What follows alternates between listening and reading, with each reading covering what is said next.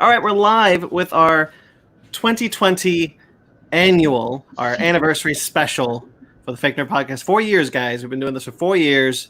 Wow. We haven't always missed a week, always gotten every week, but we've been doing this pretty much nonstop for 4 years, which I think is pretty incredible. I didn't think this would last so long. I've never done anything for so long in my entire life.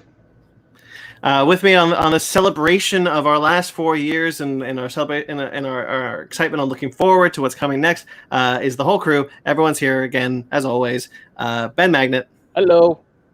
Sparks Witty. Hi. And Ryan Eliopoulos. And Astra. What's Astra's last name? Astra Doodle. Fife? Astra Fife. Sure. For the audio listeners, Astra's a cat. This is going to go up afterwards on the audio format. So if you guys are confused, just let us know, and we'll everything. Hopefully someone's going to show. Hopefully some people are going to show up for this live show, because if you guys do, and I'll say it before a little later. Did you advertise we're going live at 2:00? Yeah. Okay, cool. Yeah. I didn't see it. It was on a story. Yeah, it was a countdown. Instagram story. So if you guys are going to, if you guys want, you guys can join in the thing. But what we're going to do is what we always do is basically, we look back a little bit and just kind of gab a bit about what we like about the show, what we like about each other, and where we want to go with the show and things like that. Go to the moon. So we're going to the moon. I didn't sign. I want to go to the moon. You said where we're going with this podcast, and I said I want to go to the moon. Okay, you heard it here, guys. Next year, new goal. We're going to the moon. We're going to the moon. Calling Elon. Boots on the moon. Boots on the moon. If Elon Musk can do it, we can do it, right? That's how that works? Yes. My air conditioning is still out, so just so you guys know, I have a little air spritzer. Has a kind of a loud fan, so I apologize if I... Oh, that is loud. Yes. So I apologize if I give myself a little spritz to cool me down. No, that's okay. Ryan and I apologize that we sound like crap. Yeah. For this video and the past couple videos, we'll fix it soon. Whenever that mic gets here, baby, it'll get here. Yeah. I was editing one of the videos to go up soon, and we both heard ourselves, and we're like, "Oh, we sound like shit now." Compared to our beautiful HD quality, yes. Yeah. I mean, the important thing is that you are understood. Never mind. Went straight full Bruce Almighty on this spreadsheet. That was Evan. No, yeah, Bruce Almighty. Evan Almighty. Yeah, it's the sequel. I mean, it was the character of Evan, played by Steve Carell, but yeah, it's from Bruce Almighty. Did you guys like Evan Almighty? I never saw it. It's acceptable at best. Yeah, I only saw it the once in theaters, so that was like a decade ago. But I remember enjoying it. Like, I don't think I wasted my time. It's not but also, I was young. To see. Right. Probably.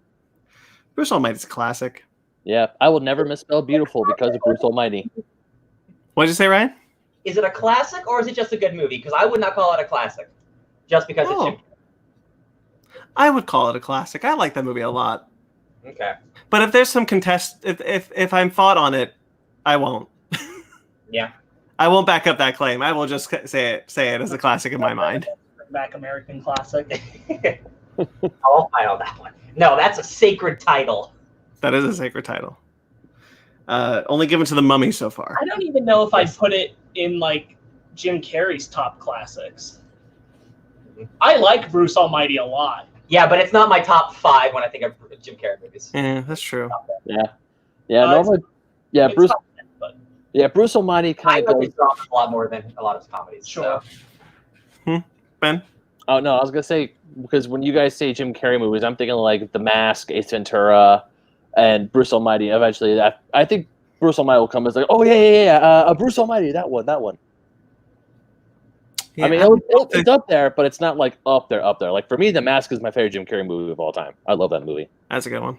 Mine's Liar Liar. Oh, that's a good one too. See, that's classic. That's classic. Yeah. Yes. Okay. That is a classic. Yes. Like I said, the Bruce Almighty is a classic line is not something I am willing to back up. I just said it. threw it out. You threw it out there. Not the hill you're going to die on this week. No, absolutely not. Definitely not this anniversary episode. He's not going to die on that hill. Okay, so what we've normally done for these anniversary episodes is we generally do a round robin of things that we didn't get to discuss in our last couple of years. However, we just did a round robin, so we felt it wasn't quite necessary to do that, to repeat that.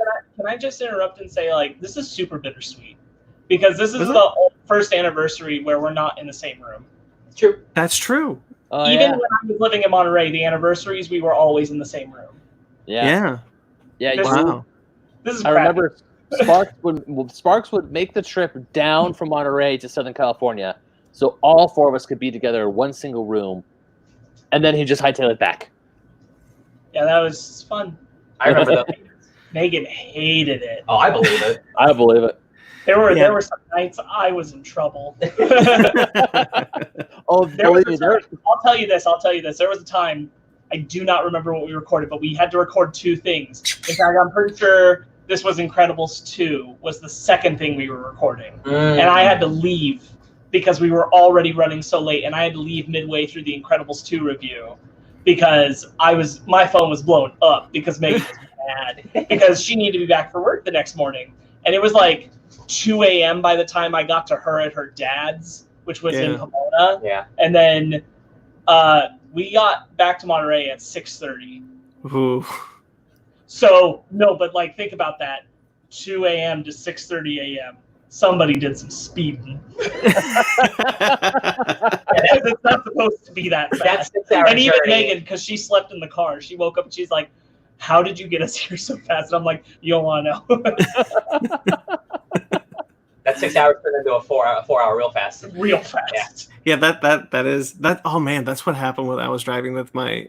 So there was some family drama that happened. I won't get into it on the show, but I talked to you guys about it.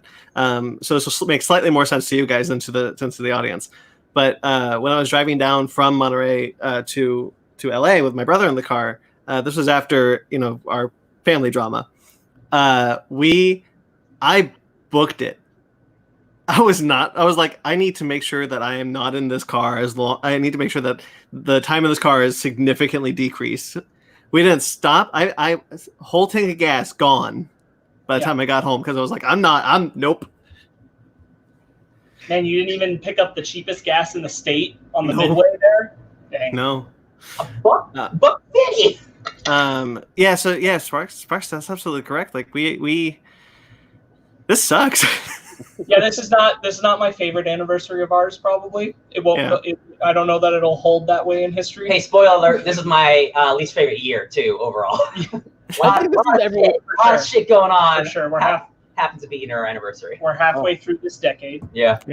So this year, what we decided to do is a kind of a questionnaire about each other.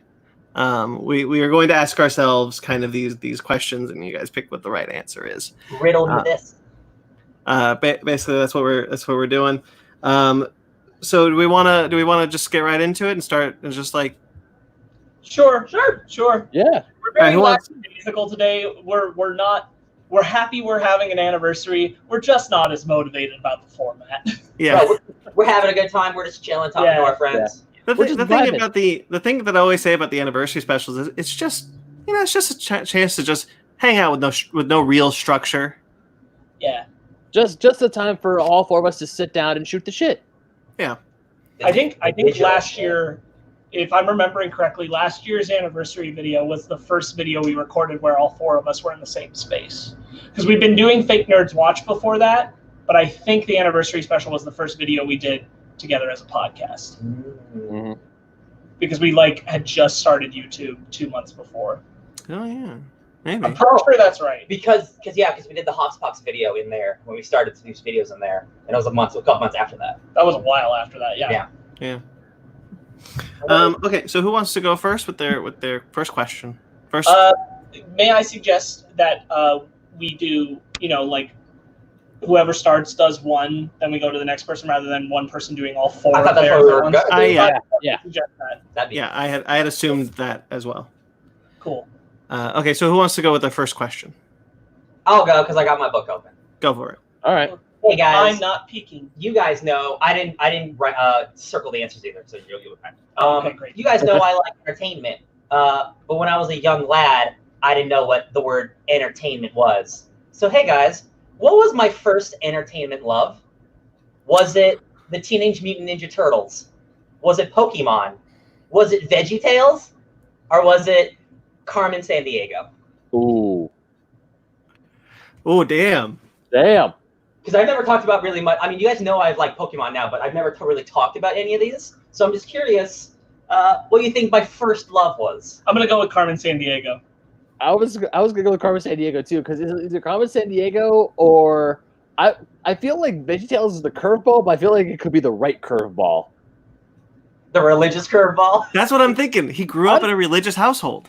I don't know. I tried to make it hard because I'll say these are all things that I did like. But what was the one that was like that I went hard in like I do now when I was young? What was the first? Your first fandom. What was my merch? What was the first merch? Oh, well, Okay. I changed my answer. Yeah, probably VeggieTales. It has merch, but I don't think that's what you went hard in on. I think you liked it, but I don't think you went hard in on Carmen Sandiego. That's a little different. Yeah, I don't think did Carmen Sandiego even have merch? I could have had a hat. Hold up. Did Carmen Sandiego even have merch in the early 90s? Not a hat that says Carmen Sandiego, a big yellow Carmen Sandiego hat just like hers. Is it red? It's red. It's Yeah. red. Seriously, because all I remember of Carmen Sandiego having was just the game I played at the computer lab in my elementary school and the TV show that was on some random, I think it was like UPN 13 or something, just some random backwater TV channel. And it was like, here's the adventures of Carmen Sandiego, and then nothing else. Birds of Prey. I watched Cubics on UPN. Birds of Prey was on UPN. My brother I used to don't watch. know if it was originally on that, but it was definitely re-airing on it. All right, guys, give me an Star Trek Enterprise was on UPN. I'm gonna say. Ben, say something. I'm gonna go with VeggieTales. That's Teenage I'm gonna, Mutant Ninja Turtles. I'm gonna say Teenage Mutant Ninja Turtles. You're all wrong. It was Pokemon. Oh, it's Pokemon. That was the obvious answer. Damn it! So hard, you guys. I had so many cards. I brought my Game Boy everywhere I went. I went to a daycare center where every kid in the daycare center had a Game Boy, and we all traded Pokemon and played Pokemon together every day together. Oh, wow. It was a revelation when I was like 7. Oh my god. That's fair. Man. Man, August, But it was it's Pokemon. oh, because Carmen Sandiego really threw me for a I loop. I'm like, thought it was damn. funny. Yeah, It was a good funny. one. That's a good one. that was a very good one. Yeah. I love Pokemon. And it's kind of gone down. I still like it, but Before you brought up like going hard and going for merch, it I was just shouldn't like have said that, my yeah. first entertainment attachment. And I'm like, that could easily be Carmen Sandiego. yeah, I shouldn't have. I could have said totally that. see that. Okay, Oh, so that was a good one, Ryan. That was a really good one. do we want to go to Ben next or Sparks next? Sure, Ben. All right. Okay. Sure. So as Ryan was saying, I was also with mine. I was trying to. I threw him some nerdy ones, but also I threw him some life ones as well. Some things about my life, like this. My first question is: what 3 countries did I visit in one single vacation?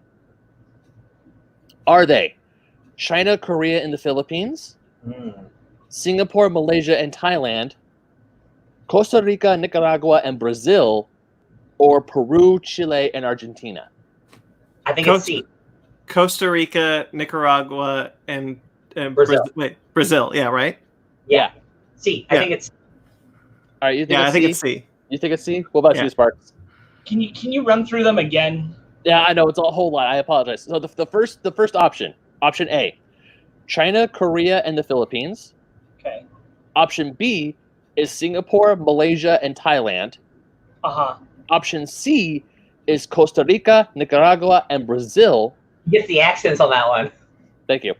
And option D is Peru, Chile, and Argentina. I want to say it's C. I think I've heard him say something about one of those countries. I think, but it's a lot. I'm gonna go with D. Oh, okay. Okay, so Ryan and I have C. Mhm. Sparks has D.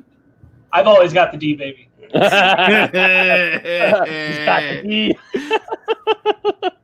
Okay, so is that your final answers? Are you all locked in? locked in. Yeah. Regis. You're all wrong. The answer was B: Singapore, Malaysia, and Thailand. That was my second. That was You my have never talked about that. I thought I did when we were talking about Pirates of the Caribbean. Well, okay, so You have only ever talked about Brazil to me. okay, all right. So background on that. My dad worked with an NCIS agent. Yeah, they're actually real. It's not just a TV show. And we became fast friends, family friends. Like they used to live in Anaheim, and then he was being moved from the Anaheim office to the Singapore office. My mom, because my mom was like very like she grew up on Montana. She wanted my brother and I to visit the world. So we went to visit them in Singapore, and then that whole entire trip, we planned this trip to go to Malaysia, so we explored Malaysia a little bit, and then we went to Phuket, Thailand, where I got to ride on top of an elephant. Nice. So I got to go to Singapore, Malaysia, and Thailand. However, I kind of threw you off a little bit with Costa Rica, Nicaragua, because when I visited Costa Rica and Nicaragua, I have been to those countries. The only countries I've never actually been to, because I've been to the airport in Seoul, I've never been to China, the Philippines, Chile, Peru, or Argentina. However, Costa Rica, Nicaragua, and Brazil, I have been, but I did not go to them in one vacation. Costa Rica and Nicaragua, I have, but Brazil was just a straight shot to Brazil. That's awesome. All right. Dude. I want to visit up.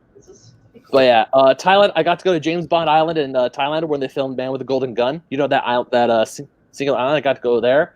I ate off a banana leaf at a restaurant in Malaysia, and I also had breakfast with the orangutan at the Singapore Zoo, which is a cageless zoo. They didn't have cages around their animals. It's just like a really long moat, and they're just free roaming in their exhibits.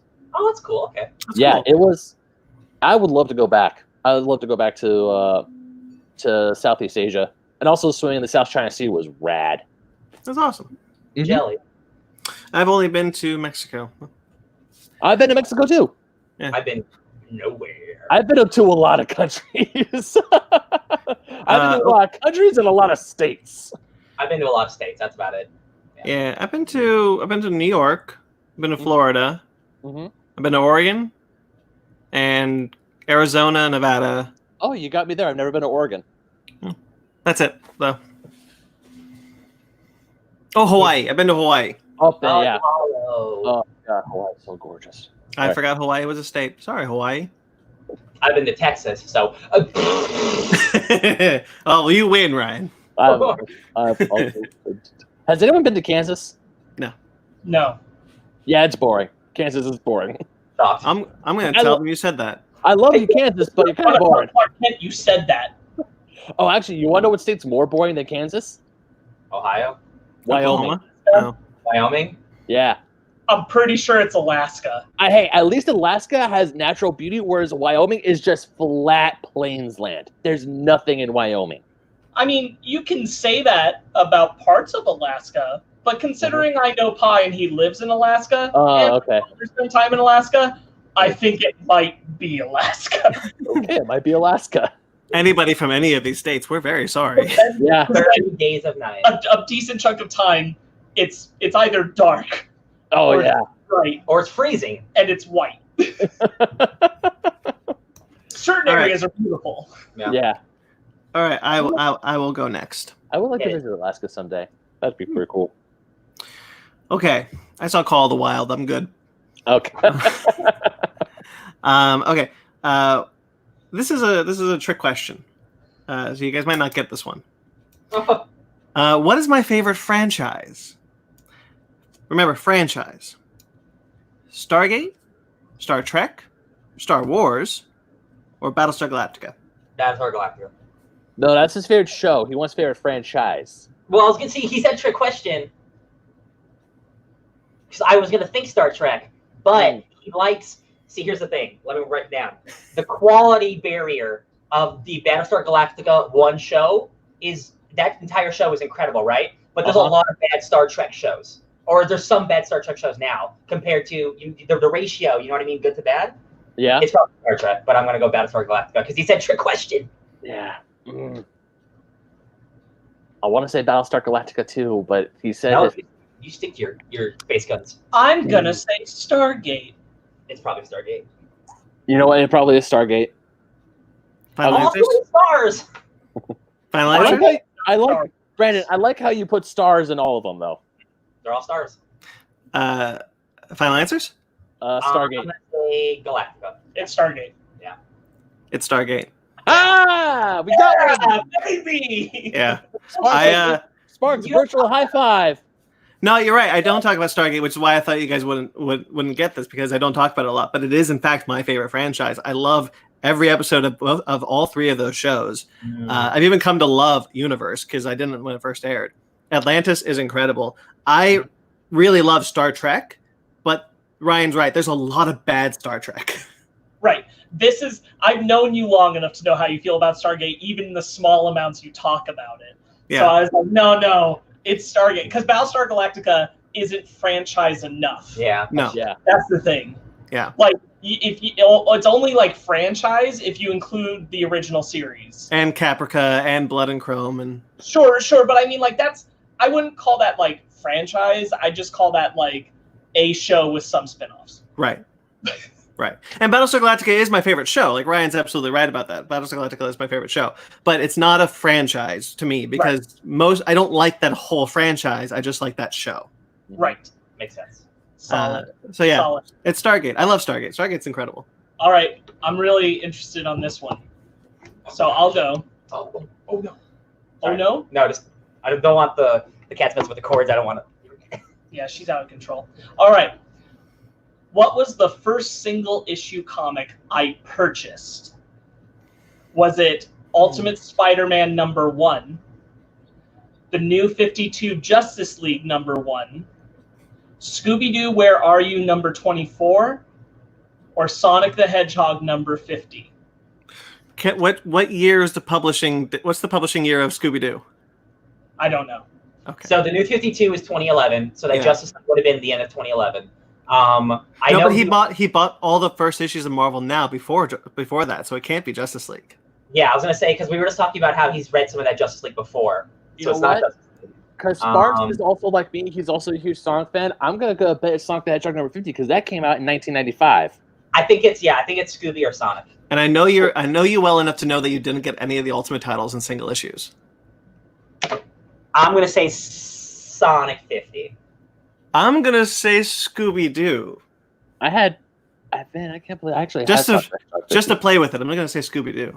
I'm gonna go with Sonic the Hedgehog 50. Yeah. Yeah. It's Ultimate Spider-Man #1. What? Oh, damn it! Damn it! Wow. I was in Monterey when the comic store used to be in the Tin Cannery, and not in the second location, but the first location in the Tin Cannery. Uh-huh. And we went there because we were going to like eat or something around there, and we wandered into the comic store, and it just so happened that was the week Ultimate Spider-Man #1 had come out. In the year 2000? Interesting. It just so happened that was the week. And my parents, my mom was like, oh, are you interested in getting anything? And it was a Spider-Man #1 issue just sitting there. And I'm like, sure. And that's why I started collecting the Ultimate Comics in trade, because I read that one issue. Now, unfortunately, I have no idea where that issue is. Because that's a lot of money now. A lot of cheddar. This was when I still lived in Morgan Hill. So this was us just visiting Monterey on like a weekend. And I happened to wander into that comic store on the week that came out. So Yeah. there you go. Yeah, I knew it couldn't have been Sonic because you and I were the same age. I mean, all of us are, but like still, like you wouldn't have bought anything with your own money when you were 5. Well, no, but he could have still bought Sonic 50 at a stand when he was 10 or 15 years old. Right. No, Like, that's true. That's true. Yeah. There was no. It was not necessary for it to have been something that. My the first week it comic came out. was a Deadly Hands of Kung Fu Shang-Chi comic from the 70s. So like I wasn't born in the 70s. But I put the Justice League New 52 on there because that was the one I thought would throw Brandon off, because that was when I really started like regularly trying to buy stuff at the comic store. I like it. Did Marvel Now was before the New 52, right? I'm not sure. No, it's after. Yeah, it's I thought it it's was like after. 1 year after, because like they both did their like Marvel Now, DCU. They kept flip flopping them after they both relaunched. Right. Because Marvel Now happened twice, which They had was Marvel Now 2.0, yeah. yeah. Anyway, then the Ultimate Universe had a Marvel Now, which resulted in a pretty. I think that Fantastic Four, that Ultimate FF run after Secret Wars, is pretty decent. Yeah, the one with the Galactopus. Yeah, that Galactopus. 6 issues and got it, and it got canceled. Galactopus? Galactopus. Okay, let me talk to you about Galactopus. Sorry, real quickly. I love this character so much. Okay, hold up. Before you say anything, I'm picturing Galactus helmet on top of an octopus. Platypus. So the ultimate. So you know how there's a universe where Spider-Ham exists, and it's all like they're all animals. Well, there is an ultimate version of that universe with Miles Morhamis. Simeon Storm and Doctor Doom get married, and Galactopus comes to there. There he is. Oh. So you got Dr. Duck, you got Captain America, you got Hulk Bunny, you got Miles Morhamis. Oh my God! So in that issue, Miles Morhamis, the Ultimate Spider-Ham, comes to the Ultimate Universe to try to convince Sue Storm to marry Reed Richards and not Ben Grimm, because they're like in every world where Sue Storm doesn't, well, he says Simeon Storm doesn't marry Reed Richards, the universe ends, and in his universe, Doctor Doom and Simeon Storm got married. Wow. And Galactopus destroyed their universe. Wow. Okay. Comics are awesome. Comics are awesome. I'm gonna go for my number 2. This is a real life scenario. When I was younger, I was run over by a stampede of dogs, a go-kart, a Barbie 4-wheeler Jeep, or a Segway. When you were 4? No. When I was younger, I was run over by a stampede of dogs, a go-kart, a Barbie 4-wheeler, those little girl four-wheel things, or a Segway. Yeah. Which was I run over by? A go-kart. I'm going to say the Barbie 4-wheeler. I'm going to say a Segway. It was a go-kart. Ah! So, when I spent my summers in Mississippi, there was a lot of land and high grass, and we had a couple go-karts. I was young and stupid and decided to just lay down while people were doing this thing. And from the distance, I just hear, and I'm just like, and then, and my legs get run over, and I'm crying, and I'm just like, and nothing broke. I was young and light, and the go-kart wasn't heavy, but it was traumatizing. Yeah, I'm sure. I just thought of like when I visited family in Massachusetts, and all of those cousins would do dumb shit with go-karts and quad runners, and I'm this sounds very plausible to me. On an alternate front, my uncle survived this, so I can tell the story. We went actually go-karting, and all my uncles got super drunk, and my uncle decided to go up a 90-degree incline with his go-kart, and it went straight backwards, and it landed on his face. He had to have reconstructive surgery and brain surgery, and now his face looks like RoboCop. Don't drink and go-kart, guys. Damn. Yeah. Don't drink and drive in general. Or just drink and be safe about it. How about that? Now I'm really glad there wasn't any alcohol and the backside of the ranch when my dad and my uncles and I would go to the back of my uncle's ranch and put some milk cartons up and start shooting. Well, I think that's a little more controlled than you trying to drive up a literal incline plan that you cannot go up. We luckily we didn't have go-karts. We had horses though, so we got to ride horses. That was pretty fun. The last thing of that story is the doctor said if he weren't as drunk, he wouldn't have survived.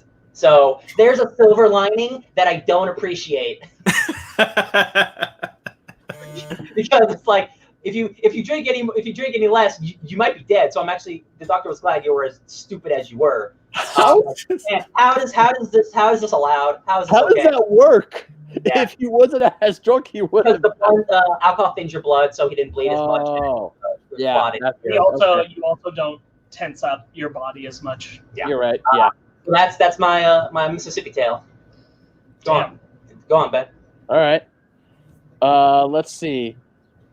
What is my most prized Sonic collectible that I own? Oh God, I know this.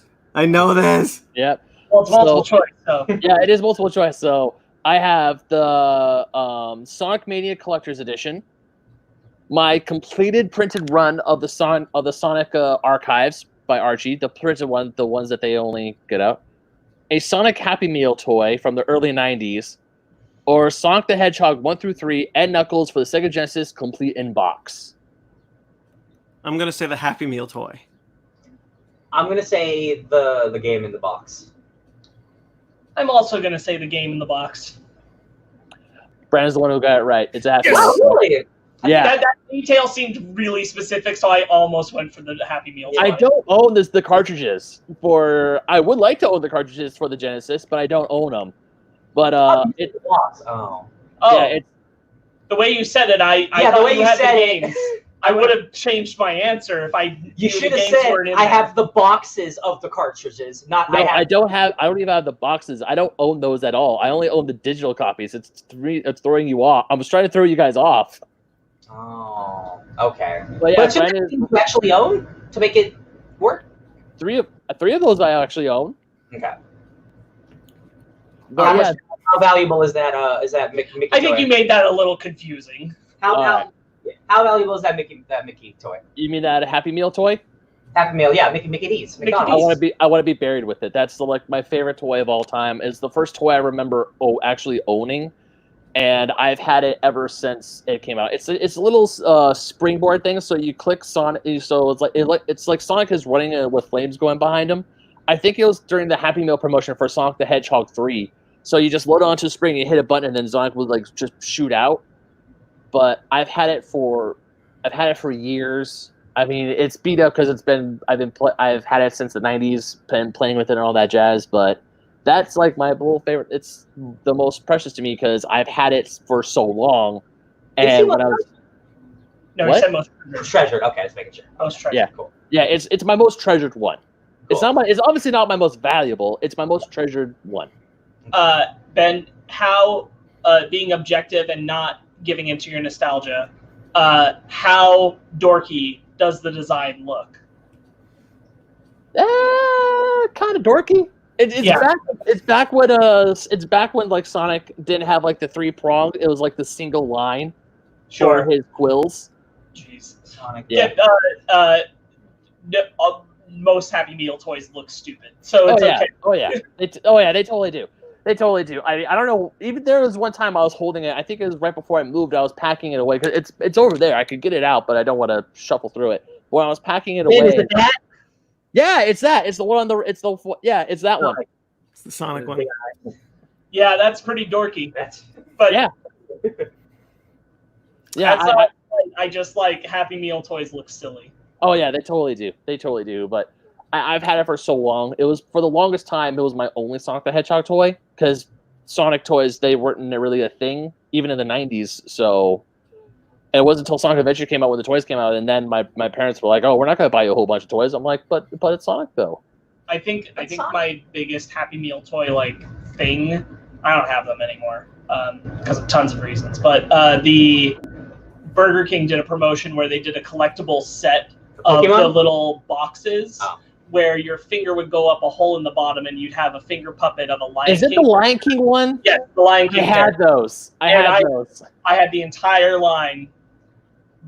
Man, I'm a spoiled white kid. Let me tell you. The only time I actually went to McDonald's and hunted down every single toy was during the only time I've ever had a full complete collection of toys from any fast food restaurant was McDonald's Transformers Armada. Because they had the because they would transform a little bit. And also if they were able to if you get all the toys, like both the Autobots and Decepticons, you would you can combine them. The Autobots would turn into this big giant robot, and the Decepticons would be a super a super car or a battle tank or whatever. Sure. And I not only did I hunt it down, one of my friends had Hotshot. He was the last one I needed, and then he finally, because at first he wasn't going to give it to me, and then he finally caved and gave it to me because he's like, I don't need this. You're right, Ben can have it. Do you guys remember Armada introduced the Minicons? I do. I had the Sword and Shield of Unicron Minicon sets. I had the Star Saber, which was the good guys, like the set of Minicons, and even when they did the live action toy of that, Mm-hmm. I had that one too. Yeah, I think I ever bought that show was pretty cool. It was. That show never introduced Unicron, but Unicron and Praxis were heavy parts of that that mythology. That was a good show. Yeah. All right. Anyway, okay. So this one, you guys probably not gonna get this one. So you guys know I know I just said my favorite franchise is Stargate, which it is. It is true. However, they don't make Stargate merchandise anymore, and I'm sad about it. But I have quite a bit of Star Trek merchandise, and as you guys would know, but not listeners of the show possibly, is I have a series of Star Trek starships, little die-cast metal starships on my desk. So my question is, how many starships do I display on my desk? Oh, Jesus. Wait. Do you mean how many do you own to display on your desk, or how many do you actually display on your desk at this moment? How many do I display on my desk? And I want to now, to make this easier, I've recently added the Galactica. Okay. So I have one more than the last time that you saw me. We also moved. I didn't lose one. Honestly, look, hold on. I honestly don't feel like I've seen all those ships since you lived at your brother's. Yes. That's a long time. That is. I can't remember. Give me it's multiple choice. So Yeah. Is it 5? No. 9? Maybe. 8? Or 7? 7? 8. Keep it symmetrical. It's Ben? 8. I would say 8. It's either 8 or 7, but I'm gonna go with my gut and say 8. It's 9. Shit. However, I own 10. That's why I asked. Who's the one? Who's the bad boy who doesn't get shown? It's the Enterprise J. It doesn't display very well. It's because it's such a flimsy model and just keeps falling off, so I can't display it. Take that, Jay.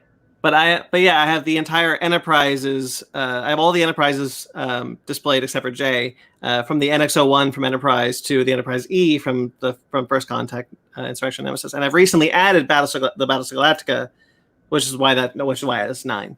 Do they have Discovery shit yet? Yeah, they have Discovery. I thought about buying the Enterprise for Discovery, but it's a bigger model, and I don't have the place for it because they have the. Just to give audience an example, if you're watching this, so I have these little starships, and they're pretty small, and they're easy to display on like desks and things. This is the Enterprise C. They're easy to display on desks, but the Discovery ones are larger figures. They're actually a little bit more in size to the Galactica, which is a larger figure.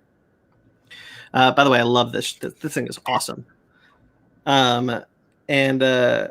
If they made Stargate ships, man, I'd lose it. And the same company is going to make the Orville. Oh, I'm stoked. This is from Eagle Moss. Quick Eagle Moss plug. They're great. I love their diecast figures. They have a lot of cool stuff, but the Discovery ones are bigger, so I haven't gone for any of those because I do like those designs.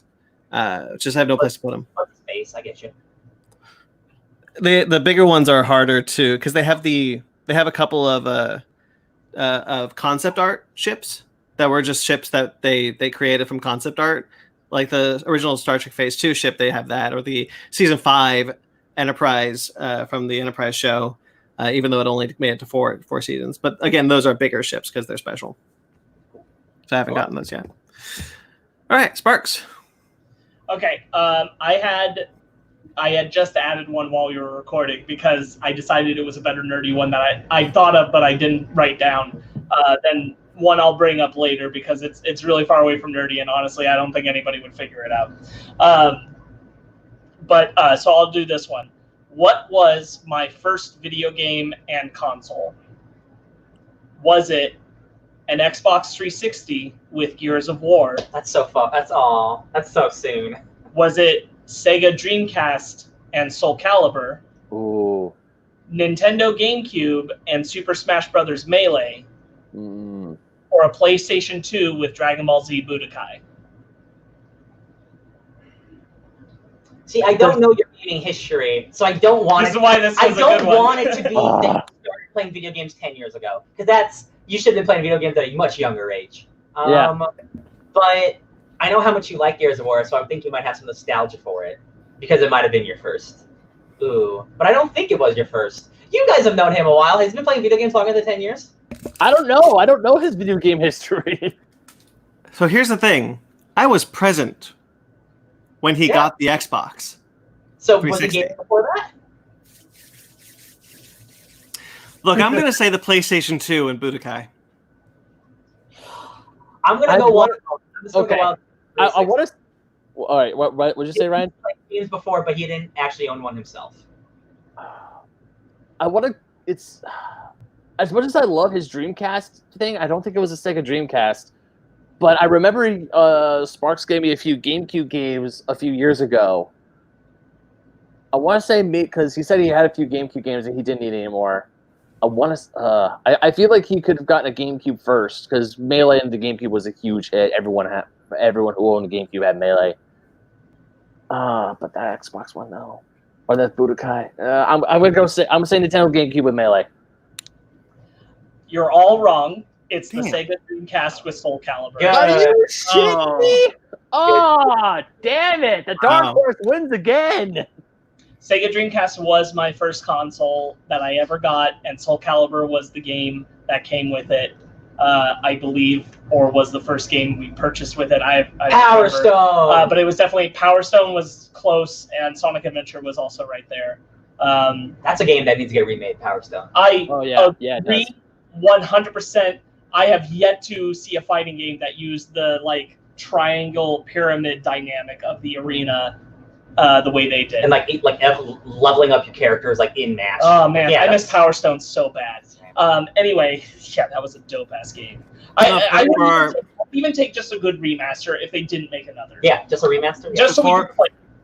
Real quick, guys, for our one watcher now, we're doing a bit of trivia for ourselves. Feel free if you've been watching our show before, because I don't know who you are, but if you're watching our show, feel free to maybe play along or ask us some questions. So yeah, it was the Sega Dreamcast with Soul Calibur. That was my first console. Everything prior to that I'd gotten to play had been played at friends' houses. I love it. Do you still have your? Yes. What? Do you still have your Dreamcast? God no. I wish. Yeah, I wish I had not parted with it. My first console was the PlayStation 2 with Harry Potter and the Chamber of Secrets. No, I was gonna say because my Dreamcast died. I had it for years. My parents got it for me right after they discontinued the Dreamcast, but I was able to get Sonic Adventure 2, a whole slew of games, and it was I would take it out every once in a while and play it. Oh, it's Mag. Hi, Mag. Oh, hey, Mag.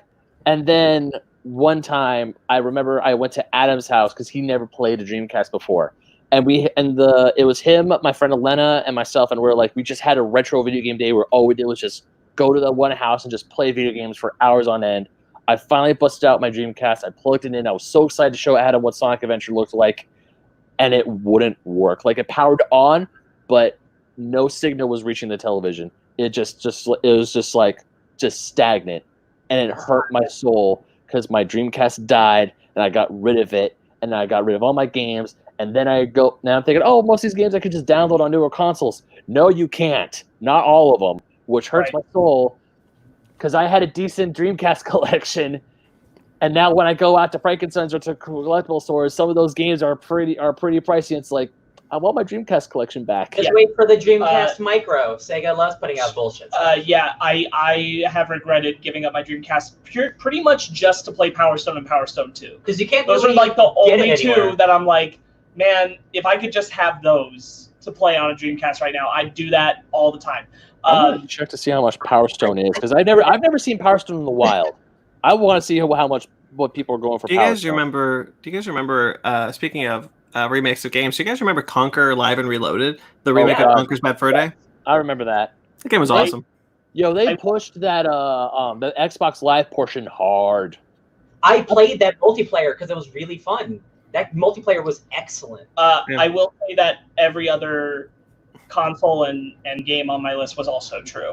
It went PlayStation 2 after, then Dreamcast, then GameCube, then Xbox 360, and both were I figured that when you said throw you off.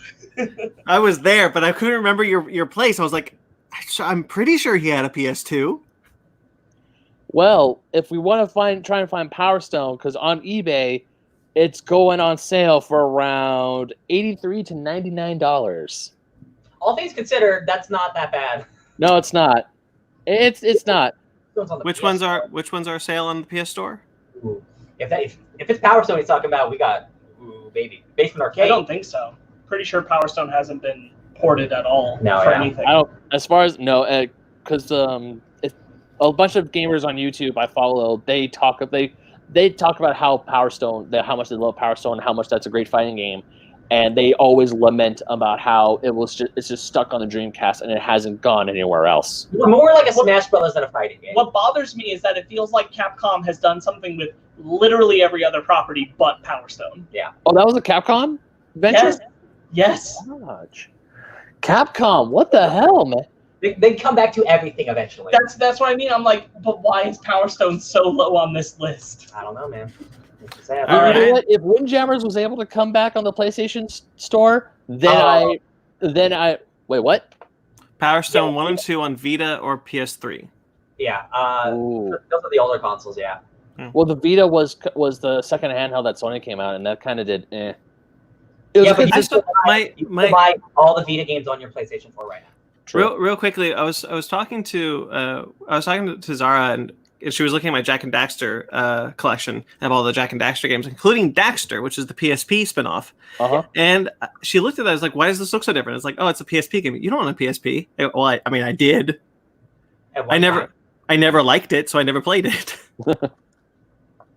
Yeah. The PS Vita was a really great console, just nobody bought it because it was expensive. Yeah. I'm gonna go now, right? Yes. Yep. Cool.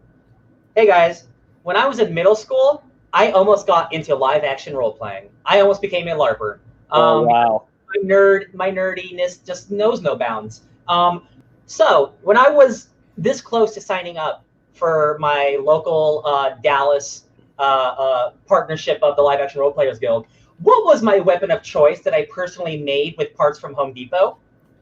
Was my weapon of choice a dagger and shield combo? Was it a double-bladed axe? Was I a magic user, which can mean anything, or did I use a flail? And a flail is it's like a thing that you swirl around with a heavy, one of those things. What were the options again? So I got a flail, a double-bladed axe, a dagger shield combo, or was I a magic user, which means you throw things like lightning bolt and sleep. I'm gonna say double-bladed axe. Though, however, now that I said that doesn't really sound like you. This is also me like 14 years ago. Oh, that's true. I'm gonna stick with double-sided axe. What do you think, Ben? What was my weapon of choice as a 14-year-old LARPer? I would also say double-bladed axe. Shoot. What was the last option again? Flail. I got flail, double-bladed axe, dagger, shield combo, magic user. I'm gonna go with flail. Flail is the correct answer. Yeah. Wow.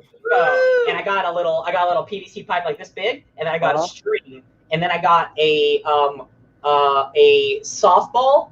No, softball's too hard. I got like a foam ball, and I just wrapped it in duct tape, and then I put fake rubber spikes on it, and it looked like I had a flail.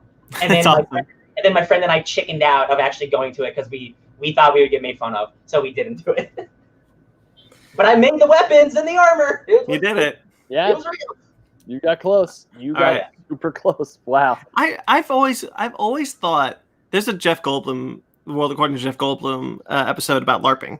Oh, really? Yeah. Really? I'll watch that today. And it's really funny. But yeah, I always kind of was like, why didn't I get into LARPing? I'm certainly nerdy enough. Yeah. It's just one step further of like D&D is like, the next step, but then it's like, oh, what if you actually did everything D&D in real life? Yeah. Like, what if you actually talked it out? What if you actually fought these people? I'm like, that seems really cool. And then right before we got there, I was like, maybe not. Maybe not. Maybe I'm not quite ready to be that nerdy. Yes. Now, 100%. No guilt. No shame. I will do it. If things are around, I would do it, but I don't want to do it. But I would. I had a friend in Marietta who would like make LARPing weapons, but he would like make weapons like these foam swords out of PVC pipe, and I had a few swords for the longest time, and they were really cool. But I never knew what LARPing was until I was much older, and by then I was like, when I'm in front of my family or like certain friends, I'll be like, oh, I wouldn't mention it, but then I'd be like, man, that actually sounds really fun. I really want to do something like that. The comedy Role Models came out around the same time as well. So that was really funny to see, like, us not wanting to do it, and then this movie coming out, like, kind of like saying it's okay to be a nerd and stuff. And I'm like, oh, we should have done it. No, I definitely remember being younger and thinking like stuff like Dungeons and Dragons and Final Fantasy or things like that was just like lame, and it's like, oh, because like, oh, that's like way too nerdy. That's for the nerds. And now that I'm me, then I have like I have like my D&D books over here. I have my Magic the Gathering. I have all this super nerdy shit. Man, this is one of the things where I wish I should just go back, because like, dude, embrace your nerd flag, because once you get older, you're gonna wish you embraced it sooner. Yeah, exactly. Like I never see. I was always into that stuff. I just hit it because like I lived in Texas where you do get made fun of and you do get beat up. Yeah. Weird. Oh yeah, so I hit a lot of that shit. Oh man, let's just say that I've gotten a few lectures from some of my brother's friends about like playing games like Final Fantasy, and they would say, "That's like, Ben, you're never gonna get a girlfriend if you play games like Final Fantasy." I'm like, well, screw you. Invite them to your wedding. No. Toxic masculinity is fun. Yay! All right, Ben. Okay, so going back to comics, what is the crown jewel of my comic book collection?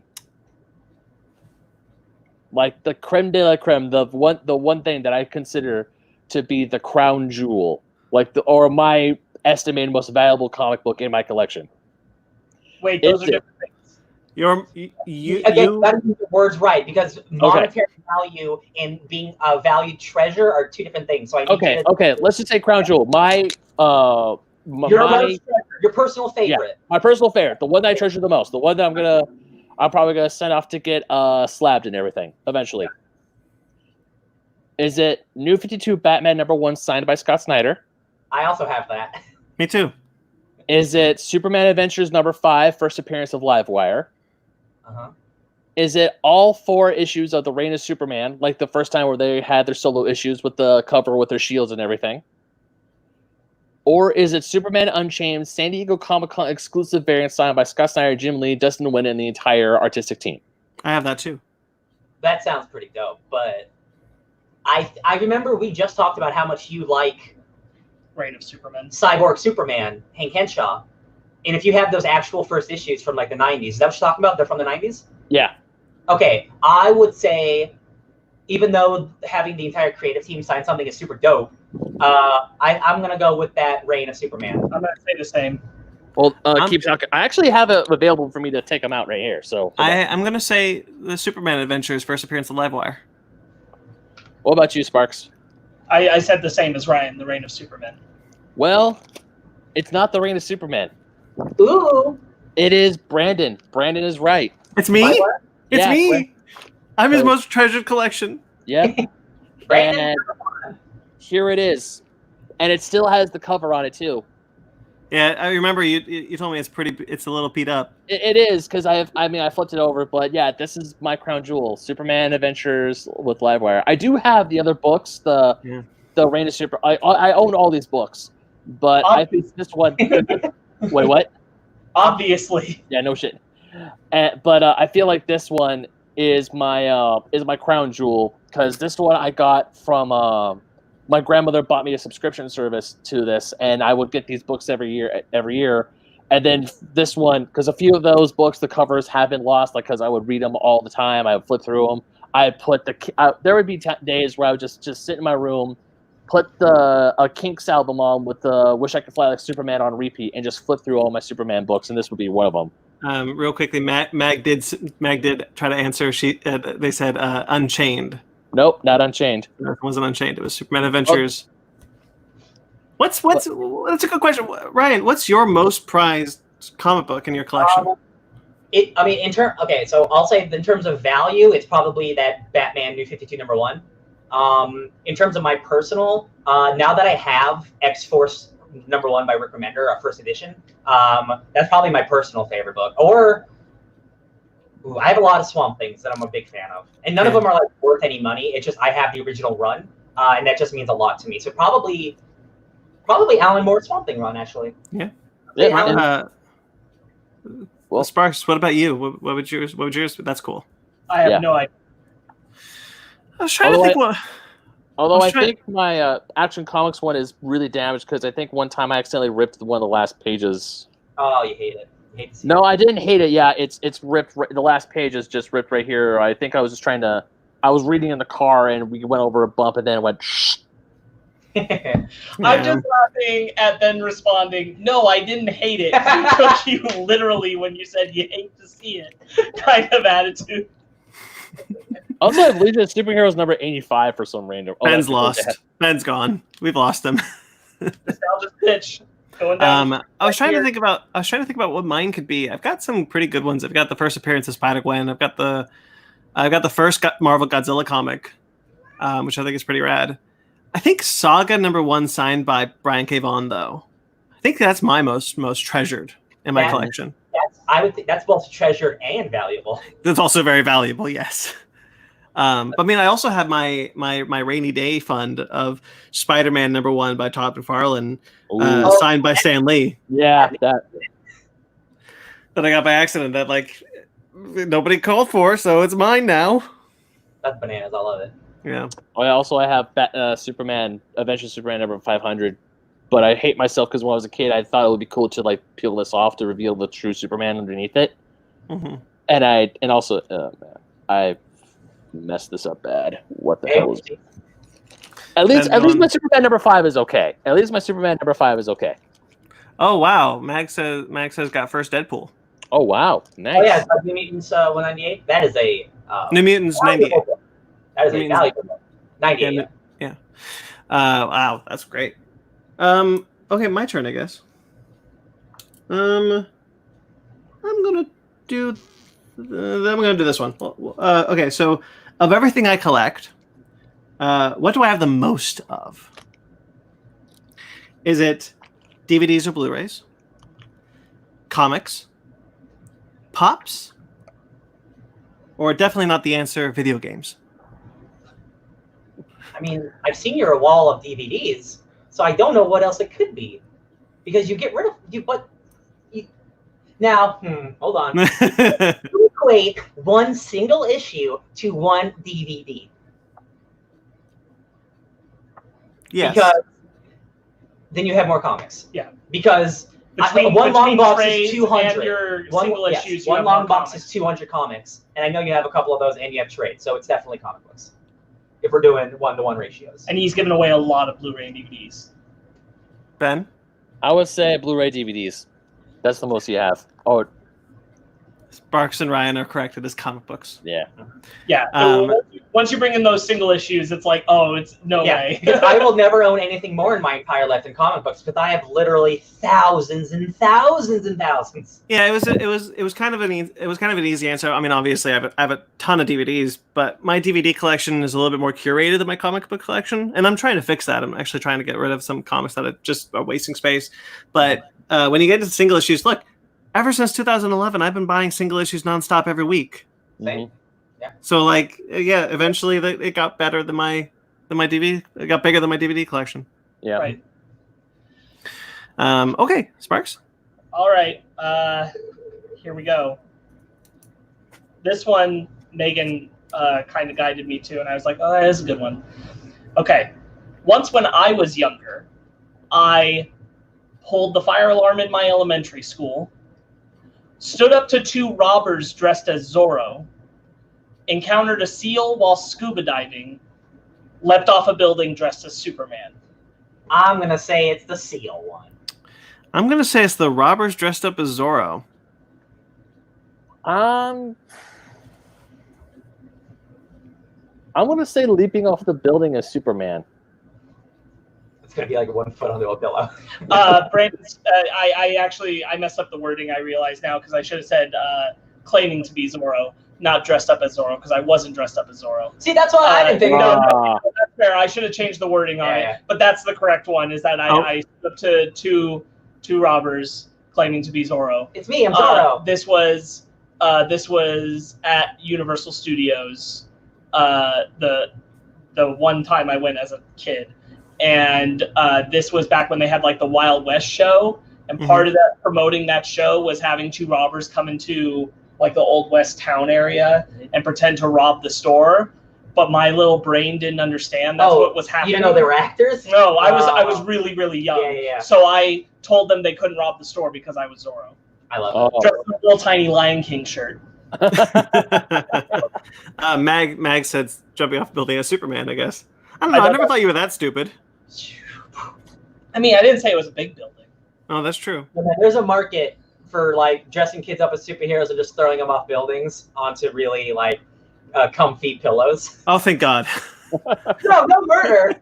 I was like, what? This is a market? No. Yeah. That's one of my parents' favorite stories about me. I love it. I've never heard that story before. I just kind of know you. I feel like you have. That's why I was like trepidations about putting it on there, because like I feel like you have. I feel like you have heard that story in passing. Well, I don't remember it right now in any context, but maybe. Yeah. Oh man, that actually I could have done something like that for one of my things, but I never. Oh man, can't believe I forgot about that. And we can do it on our 8-year anniversary. I once thought I was super cool doing a Zorro costume for a talent show that we did. Oh man. Oh boy, guys. Ooh. When you're a kid, when you remember some of the shit, oh boy. Cringy. I walked out and I had my Connects sword. Remember Connects? Oh wow. That other one I'm nothing but proud of. I am nothing but proud. I'm not ashamed at all. I'm proud. All right. I actually the sheriff of the town was also like the robber's mom, and she comes in, and like me as an adult now, I think back on the story, and I'm like, I feel so bad for those actors, because she comes in and like they're like, the whole script has gone out the window now because the little kid has claimed he's Zorro, and they had to explain it to her as she's standing there, and it's like, look, we surrender. Oh crap, Zorro's here. Sure. They were really nice. I remember taking a picture with them after we went and saw the show. It was funny. I love it. I having done a lot of acting since then, I like to think that's one of the stories that those people tell, like one of their favorite days. I hope. Still a kid came in. Yeah, little kid. I actually have a little story, if that's okay with you guys. Sure. When I was really, really small, I was a first grader. My brother was in kindergarten, and another friend of ours was in like preschool or something. We were at Disneyland for his birthday. We just got off of Pirates of the Caribbean, and we went inside the gift shop, and our parents bought the three of us those plastic swords. So of course we put our swords on our heads. We're walking around, and my brother, my friend, and I were walking around, swords drawn, yelling that we are the Three Musketeers. Like every 3 steps or every 10 steps, we draw our swords. I was like, we are the Three Musketeers. And we were young, we were stupid, and we walk over by the castle, Sleeping Beauty Castle, and we actually more like the Three Amigos. Yeah, kind of like that. But we're over by the castle. I think we were walking towards Tomorrowland, and we see Cinderella just walking over by the wishing well from Snow White, and she's going up to the front of the castle. So of course, we're like, hey, look, there's Cinderella. We draw our swords, rush her, and right when we get up to her, we say, Cinderella, we're the Three Musketeers. We'll protect you. And just like taking her back to her, swords drawn, like ready to fend off any evildoers trying to do Cinderella harm. I think in our history together, I've heard this story. Yeah, I think I told you that story at least once before. Gentleman. That's a good one, though. You're a gentleman and a scholar. Yeah. Kids, man. Kids do the darndest thing. Yeah. Sir Ryan? Yo, it's me. All right, well, this is my last one. Happy birthday to me. Hey, guys, what profession did I want to do as a child? Was it professional poker player? Was it professional wrestler? Was it an astronaut? Or was it all of the above? Oh, damn. Oh, I'm going to go all the above. I want you to think about it, because some of these are funny. Some of them are true. Oh, so not all of them are true? No. I'm going to say... But when I was young enough, I put it in my mind that I was going to do it. I'm going to say wrestler. Okay. Yeah, I'm going to say wrestlers. Okay. I would say all the above. Ben, it's right. It's all the above. So, Ronald McDonald came to my school when I was in elementary school. Horrifying. But it was something to do with teaching us about like becoming adults, like something about jobs. I was very young. I don't remember, but I do remember I got pulled on stage, and Ronald asked me what I wanted to do when I grew up. And this was the time when I was watching professional wrestling and professional poker one after another every night on whatever channel it was, TNT, TBS, whatever it was. So I was like, Ronald, I want to go to space and be a professional poker player and wrestle. And Ronald was like, that's very bold of you, young man. Good luck. And he said, I want you to write it down. And then he put it, he had a desk, and then I was supposed to write my profession on a piece of paper, and I put the piece of paper in a drawer, and I shut the drawer, and then it would come true. And like, that doesn't make sense to me, but I was 7 or whatever. And now Space Force makes it so this just might be a real. And now Space Force is real, where I can maybe be a professional astronaut wrestler. So yeah, I love poker and wrestling and being an astronaut all at once. Wow. Yeah. For the audience, for the watcher who just joined us, we're doing trivia about kind of ourselves. So feel free to play along. We're actually almost done with this, but we got a couple more questions. I definitely remember my track was train conductor to paleontologist to marine biologist. Nice. That was how it went. I did Stegosaurus to Downright nerdy. to paleontologist. Oh, downright nerdy. Hi guys. We're doing great. In like 2 hours. Yeah. Hey, thanks, dude. Happy 4th anniversary to us. Yeah, I did. So I was a Stegosaurus. I wanted to be a Stegosaurus when I grew up, and that took me to paleontologist. Makes sense. And then Back to the Future took me to scientist. And then Jurassic Park took me to actor, to director, to writer, to I don't fucking know now. Yeah, that sounds about right. Let's see. Star wide receiver for the Oakland Raiders. Wow. Or small. I dreamed about being a Stegosaurus. No. I just want to say, like, everyone else's is like a profession. Ben's was a specific spot. I was a huge fan of Tim Brown. He's my favorite Oakland Raider of all time. I looked up to him hardcore as a kid. Sure. So it was also playing for the Los Angeles. It went from the Raiders to the Dodgers. It would flip-flop to being an astronaut, to being a police officer, and then to I call it an archaeologist, but really it was paleontologist because I wanted to study dinosaurs because I had a huge dinosaur phase. And I went all over the damn place. Like, it was literally, what day of the week is it? Oh, I want to be that. Yeah. What's on TV right now? That's what I want to be. Pretty much. But I remember being a kid, like a really, really young kid, wanting to play for the Raiders really bad. And then I asked my dad a few times if he could sign me up for Pop Warner football, but they never did. Yeah. And then eventually my brother played Pop Warner. I never played Pop Warner, and then I just never wanted to play football ever again. For me, it was really like so specific because it was like for 3 years I knew everything about trains, and then for 6 years I knew everything about dinosaurs, and then for like the next 8 years I knew a shit ton about marine biology. So like it was when I locked in hard. Yeah. I had books and videos, and man. I want to say thank you to my parents, and I don't say this often, but thank you to my parents for not telling me that being a Stegosaurus was impossible. They supported me in that dream, and I came to the realization that it was impossible all on my own, and I think that's a valuable learning lesson. That's true. Good job. Proud of you. I also remember one time, I think it was after I watched Raiders of the Lost Ark when I was younger, and then I watched like a bunch of like the Mysteries of the Pharaohs show on like History Channel, whatever, before they did Aliens. I got really into Egyptology, and I was like, man, I want to go to like one of the places I still want to visit before I die. I want to go visit the Great Pyramids of Giza. I know I can't go inside, but I just want to see them at least once in my life. Sure. Because it really bummed me out that I can't go to like the Valley of the Kings and just dig up some old. I mean, look. In all fairness, I think what I actually want to be for my entire life was just Indiana Jones. Yeah. Really. Oh god, there's this one. I had this one time in second grade where I swore I could find dinosaur bones in my sandbox at in my elementary school. You can And buy one of them. no, funny thing is, one of the girls said, "Ben, I will give you $20 if you find dinosaur bones." So every day without fail in second grade, I would pick up the shovel and pail, go to the same spot, be all mad because they covered up my hole, and I just start digging all over again trying to find dinosaur. Well, this was the whole problem. You needed to pick a different spot. Yeah.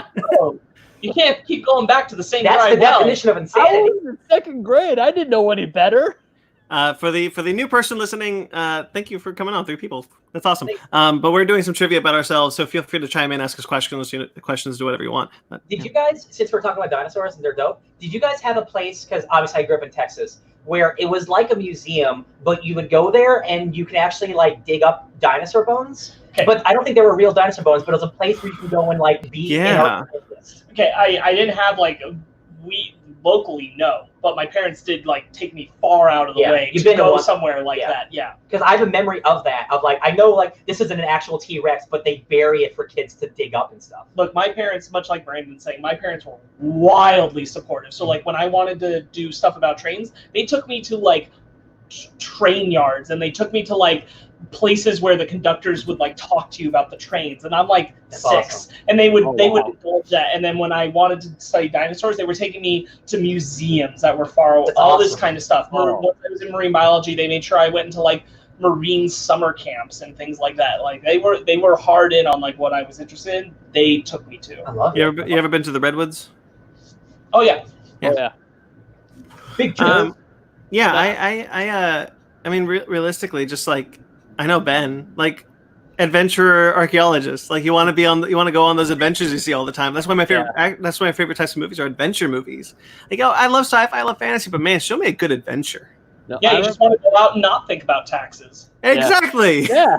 No, I remember back when I want to say in middle school, my family did, for this one summer, we did this like entire almost like Midwestern United States road trip. We drove up from California all the way up to Montana, and then from Montana, we went to South Dakota and went down. Like we saw the Devil's Tower in Wyoming, which is a beautiful monument. We saw Mount Rushmore for the first time. We went to a whole bunch of like these natural landmarks. But on our way, we actually stumbled across in South Dakota a live dig site for woolly mammoths. It was like the largest collection of woolly mammoth skeletons that they're still digging up. And we went there and saw it, and I thought it was the coolest thing ever because they're like all over the place were these bones of these giant behemoths. Like there's one with the tusks like sticking out, kind of like the Elfin Graveyard in Lion King, and I just thought it was the coolest thing ever. Because like if you talk to me about like the dinosaurs or the Ice Age or anything like I love going to museums, but I haven't gone to a museum for a while. But just like looking around and seeing like these archaeologists, these paleontologists, like slowly but surely digging up the bones of these creatures that lived millions of years ago. I thought it was the coolest thing ever. That's why I like the La Brea tar pits. Oh, I love the La Brea Tar. I've only been once. In there. I've only went once, and we took my mom there for Mother's Day for one time because we really wanted to go, and they were doing a special, and I never went back. Real quickly, before we move on to Ben, it's your last question, right? Oh yeah, it is. Before we move on to Ben, if you guys watching this have any questions, feel free to ask us. We'd love to answer some questions that you guys have about the show, about us, whatever. Yeah. Anything you want to talk about. All right, Ben, show up, throw up a question. All right. So my last question: when I was 16 years old, I got my Harley Davidson motorcycle. On the way to pick. No shit, it's true. Yeah, it's not tattooed on my body or anything. All right, on my way. Any chance to show that tattoo? Yes, any chance to show it my tattoo, I always show it. Oh, real quickly, I'm sorry. Mag has a question for us. Any of you own Wacky McDonald's Adventures? What the hell is Wacky McDonald's Adventures? I don't know. Is that the animated show? Googling it. No. I don't think so. Yeah, I would say no. Whatever that is, unless you're asking if we have any Wacky McDonald's Adventures of our own. The Wacky Adventures of Ronal McDonald is an animated miniseries, direct-to-video episodes. So the original show started in 1998. I never heard of it? Never did? No. Gonna look it up. However, wild. However, when we used to fly, because I hate flying, so we don't fly anymore. But when we used to fly, I would I'm not willing to admit how old I was when I stopped, but needless to say, way too old. But I would sit down and put in the radio. They used to have the plain radio, and put it on, and I would change to the Ronald McDonald channel. There's a Ronald McDonald network with a little show with little radio shows from the Ronald McDonald characters. Wow. Wow. Capitalism is horrifying. Yeah. That's, Downright nerdy. I don't know what after the plague. yeah, maybe when there's not a Yeah, friend. when the Yeah. plague is I haven't seen my parents since January because of this whole COVID thing, so it's going to be a while before I make it back up that area. All right, Ben. Sorry. that's Ask all right. your question. All right, so when I was on my way to pick up my 2007 Harley Davidson Sportster, a certain song came on the radio that I named my motorcycle after. What song did I name my motorcycle after? Is it Janie's Got a Gun by Aerosmith, Layla by Eric Clapton, Michelle by the Beatles, or Billie Jean by Michael Jackson? Layla. It's Layla. Layla by Eric Clapton. Got me on my knees! They're so certain about it that I want to change my answer, but I'm gonna go for it because the points don't matter. Yeah, I'm gonna that's say Whose line is it anyway? the Michael Jackson one. Billie Jean? Yeah. You're all wrong. It's Janie's Got a Gun by Aerosmith. Oh, I knew that. I was going to say, you should have known that because I would refer to her Oh, as Mag Janie. agreed with me. Oh, We were wrong, Yeah. Mag.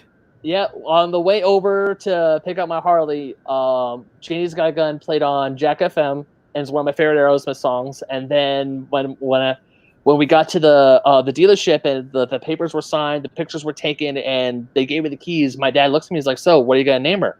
And I'm like, "Janie," because for some reason the name Jane just like stuck out. And I can see that face. what? What'd you say, Sparks? I said because you just listened to it, I you're like, just "Oh, it stuck out." I just love that where it's just like Ben's like, so what are you gonna name her? Jeannie. Sweet memory. Yeah. But that's yeah, it. man, God, I miss that bike so much. I know. I missed that bike. There's a Natalie Portman movie called Jane Got a Gun. Yeah. Oh, Downright nerdy. I'm also sad. Yes. Yeah. Oh yeah. Downright nerdy says insert sad face. Yeah. We don't know when we'll get to. It's gonna be a bit. Yeah.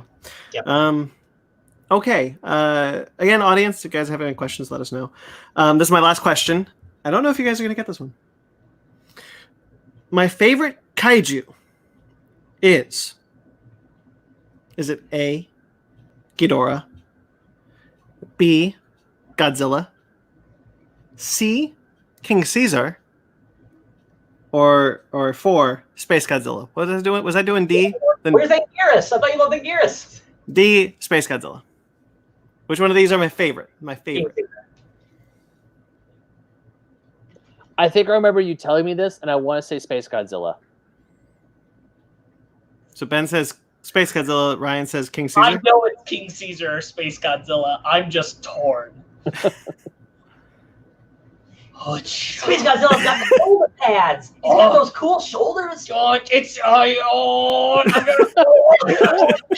gonna say Space Godzilla.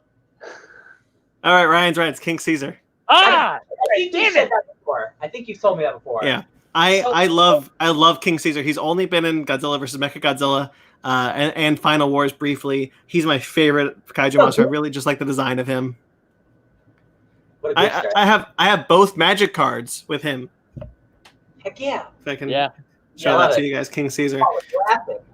Yeah, I really I don't know why. Maybe because when I saw because Sparks is right. Like my favorite Godzilla movie is Space Godzilla. Godzilla vs. Space Godzilla. But as much as I really like the design of Space Godzilla, for whatever reason, King Caesar's Got the ears. Got the dog.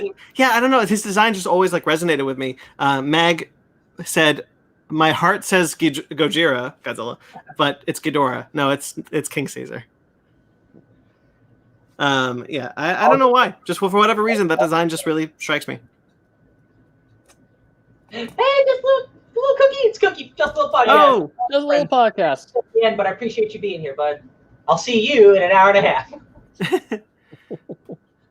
Congrats, thank you. Thank you, just a little podcast. Thank you. Yeah, guys. everyone who's been congratulating us, we want to say thank you so much. Yeah, and again, guys, if you get, feel free to, we're almost done with this, but feel free to ask us any questions. Yeah. We'd love to hear some questions from you guys. Okay, my last one. My affection for Superman began when I watched the Superman animated series, when I saw Superman Returns, because my girlfriend watched Smallville, when I read Superman for all seasons. Sparks, I want to real quickly say, I don't appreciate you calling me your girlfriend right now. It is not the time or the place. Cute. Thanks. I'd like to imagine that your love for Superman didn't start with the Bryan Singer movie. I'd like to imagine that, just like with the 360. I'd like to imagine that's not your origin story. I think honey, what are you watching? Oh, Smallville. What's Smallville? That Superman show? Oh, let's check it out. That in my heart sounds right, because that's old enough. Where like we were watching that when we were younger. So I'm gonna say Smallville. When did 4 Seasons first come out? Hold up, I have it right here. Oh man. Okay, wait. What was the first question? What was the first option? Superman animated series. That one. I'm gonna say that one. Knowing him, you should know this one best too. So. Is it not Superman the animated series? No, I'm not saying that. I'm just saying like you were the one who would know it the most. I'm gonna say I'm gonna stick with Superman the animated series. Sure. Because this was originally printed in '99. Holy shit, it's that old? Nice. Yeah. Yeah. I'm gonna stick with Smallville. Somebody save me. gonna go with all seasons. We're all different. Solid. It's Superman Returns. Ah, it is. What? Wow. So I'd never indulged much Superman stuff. It was never my type of hero or anything. I met up with a friend from elementary school long after I'd moved away, and he wanted to go see Superman Returns, and we went, and I liked Superman a little bit more. Yeah. That's how it began. Yeah. What cemented it was me pursuing more Superman stuff because my girlfriend watched Smallville. That pushed it over the edge, and then I started like picking up more Superman stuff, and eventually the animated series. It's not that I hadn't seen the animated series before, it's that it's not what made me start to care. You got me into Smallville. I did, because Dorothy got me into Smallville. Oh, fascinating. Dorothy. I didn't know that I thought you got Dorothy into Smallville. No, incorrect. It was the other way, and I got interested in it because I had just seen Superman Returns. Interesting. That explains why you like Superman Returns so much. Good job, Dorothy. Well, yeah, movie one day. Yeah, I don't know. That shocks me, the Superman Returns one, because I feel like take everything away from it. It gets across the heart of what Superman is supposed to be. Sure. Well, sure. I love the Chris Reeve movies, and I'd love to see another one. Right. I wish. We'll talk about it later. And I hadn't seen the Christopher Reeve films before. Oh, then okay. That's the whole thing, is that I had not sought those things out. Yeah. Superman Returns opened that door. That's wow. right. Wow. I can't believe that, but it's just so weird because my love of Superman began when I was super young. Like Sure. no pun intended. Like I remember when I got my this one right here. I actually went to the Ontario Mills Mall to pick up Greatest Superman Stories Ever Told. And I remember when I got this, the guy who sold me the book just looked at me dead into the eyes, because this is right when Death of Superman was happening. He's like, "Hey, you know Superman died, right?" And I'm like, "What?" And then my parents took me to a comic book store, or it was either they took me to a comic book store that I don't remember, or my grandma knew I liked Superman, so she went to a comic book store, and that's where she picked up my Reign of Superman books. So I was like hardcore into Superman at a young age, and to hear that you started like really liking Superman because of Superman Returns, which came out in like 2006. Yeah. I mean, to me, it's just like I always just kind of. wow. I guess I didn't get heavily into Superman until I was reading comics. I mean, I liked Superman, and I never disliked him for any reason. But like, his comics are what introduced me, and like same way with Green Lantern. Like I wasn't into Green Lantern until I started reading his comics too. And he's my favorite hero. I didn't religiously or anything watch the animated shows or anything like that. Not like I did the Spider-Man animated show. Spider-Man was where it was at for me when I was younger, because I was all about the more flawed character who had to, like he felt like a more role model type person. Superman felt like an unrealistic role model to me when I was a kid. That makes sense. And so I wasn't appealed to him. But then I saw Superman Returns, and I started to get that, like, the point is for Superman to be someone you can't be, but can aspire towards. And that's when I started to like Superman. I like it. Okay. Yes. Interesting. I think we all learned something about each other today. Sure I did. learned something today. Yeah, guys, we're just going to still go for a bit longer. So if you have any questions, please let us know. But we are done with our kind of our little trivia about ourselves. And I wanted to open this next segment with a question. What's been your favorite part of the show from the last anniversary to this anniversary? Oh, just in the last year. Yeah. Hey, Bordenoid. What's up, Bordenoid? all these fools in an hour. I love it. Ask you some questions if you got anything, Bordenoid. Thank you for the congrats. I really enjoyed. Everyone should like some foundation. Yes. I really like, not just because Michael's here, but I really enjoyed doing that 4-hour Star Wars conversation, because I just like talking about Star Wars. And anytime I could have a 4-hour podcast, which is now kind of the norm, it makes me happy. And having a friend of the show actually be in person, that's really great. It's always great when we can have guests on and stuff. Yeah. Oh yeah, that Star Wars talk was the highlight. I was looking forward to that for weeks. Mm-hmm. I had a really bad illness and I still came. Mm-hmm. Yeah, I was really excited for that too. I think mine was Chris Swindled this past year, because that was a good one. Yeah, because it was after Kingdom Hearts came out, and that came out in January. Yeah. Our Star Wars discussions were always a lot of fun. Oh, That was before our anniversary. yeah, that might have been before, but I'll allow it because he's cool. Well, I mean, maybe the Time's a wonky thing. maybe the Mike's LA Comic-Con. Oh, Yeah. There it is. That's the one. I like LA that. Comic-Con. Oh. LA, real quickly, Downright Nerd says that was such a fun day. Oh, We were both so nervous leading up to it, you and Riley. It's like the first date. We had such a great time. Yeah, it was a lot of fun. We still have that shirt up if you guys want to check out that shirt. But yeah, LA Comic-Con. LA Comic-Con has to be my favorite point, because we did a live panel at LA Comic-Con, which you can watch on a YouTube page right now. Like and subscribe. But but having to do Mike's Possible Trivia Challenge, which was always my favorite parts of doing the show, as we get to hang out with Mike and do his trivia. But doing that live and having a live audience, that was a lot of fun. And finding out 10 minutes before that there was no multiple choice was awesome. Yeah. Definitely studied for that. Did one. not prepare for non-multiple choice. Yeah, seriously. Hopefully we can get another Possible Trivia Challenge. Good job getting your double theme park trips in while you could, because who knows the next time you're gonna go. Right. Was there a LA event with the trivia? Yeah, the LA Comic-Con. Yep. If LA Comic-Con is still going this year, I think maybe we should consider doing another one. I'm always down. Someday. Yeah. I think it's less of a specific moment and more of and I'm not just saying this because all of you are here in the chat, but that this last year, since the last anniversary, is when we connected with a larger community, really. Yes. Partially because of the move onto YouTube. Mm-hmm. But just in general, like connecting with so many more people in the nerd community in a way we hadn't the 3 years before. Yeah. I love it. Mhm. Ben, did you mention your favorite? Do you have one? You already mentioned two of like the top ones. I'm trying to think of. I want to say no, because we already started Basement Arcade. Before last year. Wait, when did you and I start Basement Arcade? No, we didn't. We started Basement Arcade just a little while after the anniversary.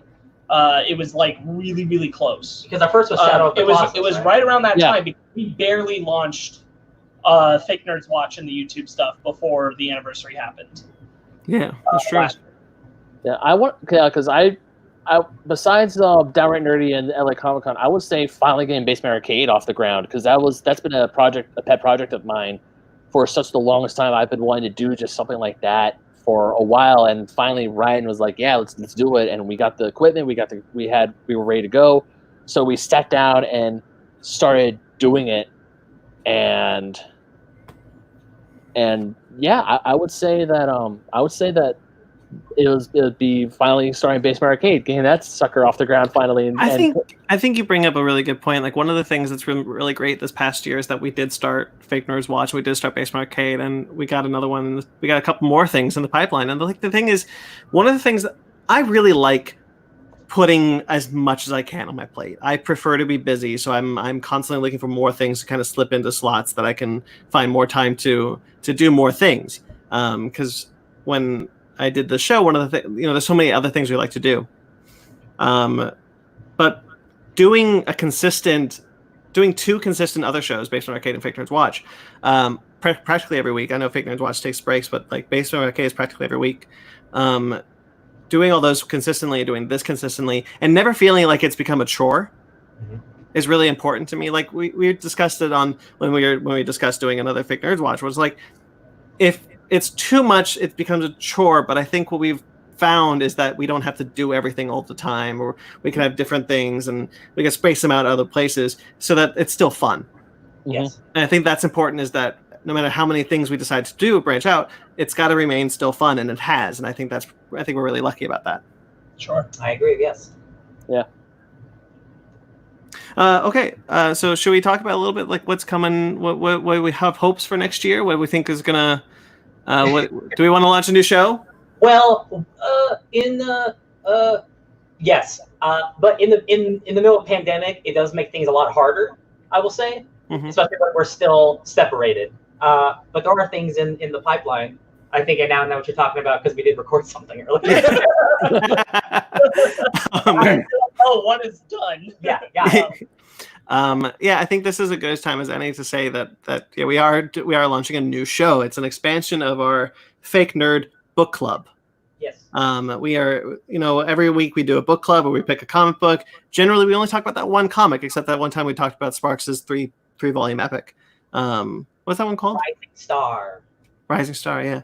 And that kind of like created the impetus of what this would become. So instead of talking about one comic and then another comic the next week, we're going to use a new series, the Fake Nerd Book Club series on YouTube, to talk about series of comics. So we'll talk about volume 1. We talked about volume 1 of a comic book, Wasted Space was the first one we did. There are 3 volumes to that. So this week we talk about volume 1. Next time we do an episode, volume 2, and then volume 3, and then we pick another one. We'll go on like that. And it's going to be a lot of fun. Give us a chance to talk more in depth about comics. As Ryan is always saying, more comic talk is better. Yes, I just want to talk about comics all day, every day. Love it. Yeah. Real quickly, Max says Godzilla vs. Kong for me because it got moved next year. Yeah, that's true. Oh, man. Third delay, you said, right? Third delay? Third date. Kong is the new Mutants. Oh, no. Even though this COVID thing sucks, it's been really cool seeing you guys live. Oh, thanks, dude. I appreciate that. We decided to do this because it is still a way for us to do this and see each other. It's nice. Yeah, and look, that's why our episodes are a lot longer, because we don't see each other anymore, so it's fun to just kind of gab. Bordenoy says, "What's the due date for finishing Dune?" Oh, so yes, Dune is still to come out in theaters in December. As far as we know, that's not going to change. So everyone should have the book done by December. That's the look at that. I love you guys. Yeah, I got mine up in my room. Jackson, just everyone has to have there you go, Dune, written by. Just have the book done by when the movie comes out, because we're going to do it this topic talking about comparing and contrasting them. Yeah, so we are going to do we did a book club special about real quickly. Downright Nerdy actually says theaters. I thought it was a miniseries. No, it is a movie with a series coming to HBO Max. Yeah, so there is a big blockbuster movie by Denis Villeneuve, and then there is a HBO Max side series that's accompanying it. But it's a new big old blockbuster franchise, Michael. Yeah. So real quickly, I was talking about a little bored and annoyed. That's another thing that was so cool, is that we connected with Bored and Downright Annoyed with movies. Mm-hmm. You guys talk about that every week.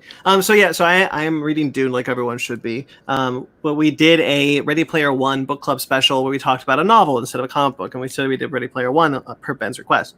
That book was real bad, but the movie's fine. Movie's fine. But we're going to do the same thing for Dune. It's a lot longer, as you can see. I'm not far. Here's the thing. I haven't even started. To be perfectly honest, I haven't started yet. I'm not gonna say like I'm a great reader, but I'm okay. I'm pretty good. I know how. And I hope you would. And when I'm talking about so when I'm reading this, like it's so dense, but not hard to read, but it's so dense that I'm just kind of like, I need a minute. I need to catch my breath.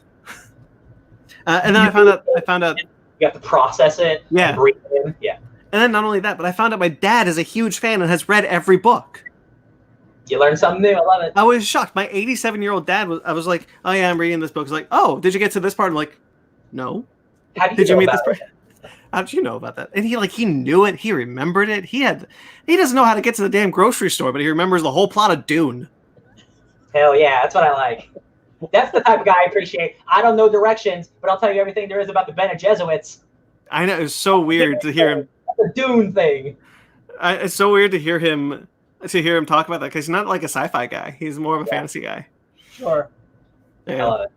But so yeah, we got some of those things. Obviously, our 200th episode is coming up soon, guys.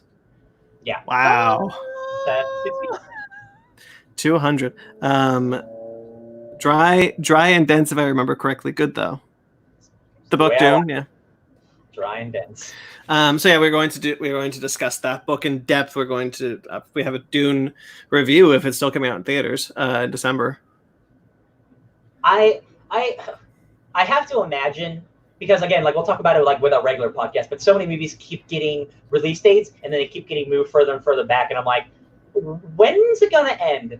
Yeah. Because December, like, we're coming out in like a year and a half. They set that release date a long time ago. That movie's done. It's just being worked on. I'm gonna be really sad if that movie gets pushed. Yeah. That one has been what we didn't say we're coming out early. We're just here at the very end of the year. Yeah, they were supposed to be the big blockbuster at the end of the year, the Christmas blockbuster. Mm-hmm. But if I think the only thing that would delay them is if they do have to close down theaters again, or if a movie gets pushed to December. Yeah, a movie gets pushed to December. But I'm more thinking, what if they can't finish the special effects? What if they can't finish the editing in time? I'm not worried about that. That should be feasible. Yeah, that movie's been in development for like years now. But that's the only thing that I can see moving it is right now is the special effects not finished. I find it more realistic that Warner Brothers will feel like they have to push back a film on their slate that will push Dune down rather than pushing it past Dune. Yeah. Yeah, it's a good point. But I hope that doesn't happen. Yeah, but, me too. Cases are rising. We had this year we had a interview with Marc Guggenheim that got published in on CBR from multiple things multiple times. That was like 27 articles, I think, or something. Yeah, I have them all listed in a Google Drive in our account. I found them all. Really cool seeing our name on a website like CBR, but at the same time, it's like, and they credited us every time. Thank goodness. Yeah, they did credit us, which made us made me really feel good. Even though I wasn't part of the interview, but I was really happy for you guys because you guys sat down, you conducted it. Well, they didn't call Sparks and I by name. They said the Fickner podcast. No, that's why I meant like they called our show. They put our show on in print on their website. But then the more I kept looking down, it's like every single point of the interview, they had like a little blurb about it. I was like, really slow news week. Yeah, now that we've become a part of the clickbait news cycle, I can easily see how one person just listens to a podcast, 15 articles right there. I'm like, it's awful.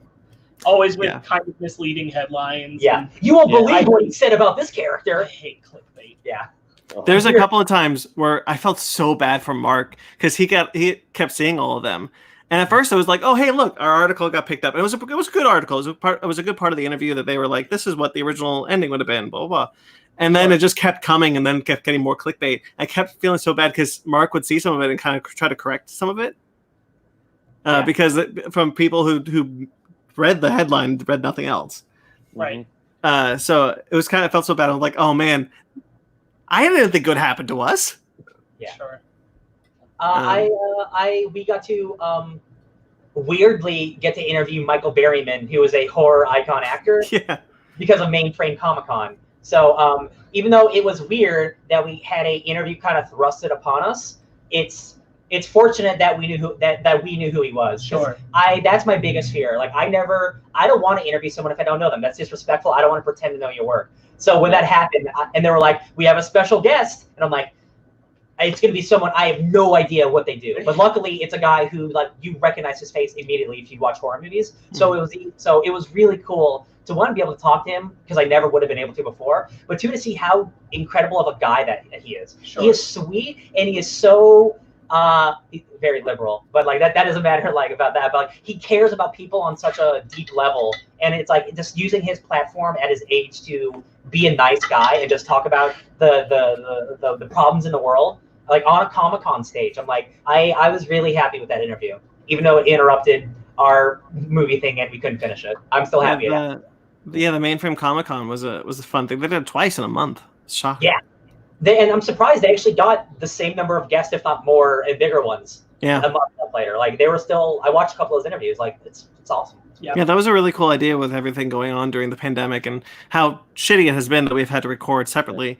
But seeing like a lot of people kind of rally behind, find alternative programming. Comic-Con is now bouncing on that. This year, Comic-Con will be digital, which I think is interesting. And then doing the Mainframe Comic-Con because of all the comic book conventions have been canceled. So that was cool. That was really cool to see them do that, and it was really exciting to be asked to be a part of it. Yeah. Outside of our specific podcast, the quarantine in a weird way has allowed for lots of like Zoom reunions between casts that like never would have happened before. Like there was a Lord of the Rings reunion, there was a Community reunion. I've seen so many. Josh Gad has his own YouTube channel where he makes all these things himself and like with a company, and he gets the cast for Back to the Future back together. That only could have happened with Zoom calls. I guess sponsored by Zoom, the quarantine. But like even though the quarantine has been pretty shitty, like the way that everyone has been able to still come together because of technology, we live in the 21st century, has been really cool and really neat. And I am thankful that we're still be able to talk to each other and be friends with everyone in this crazy time that we live in. We can still talk about nerdy shit pretty easily, and I'm very thankful for that. I'm thankful for everyone here and in the chat.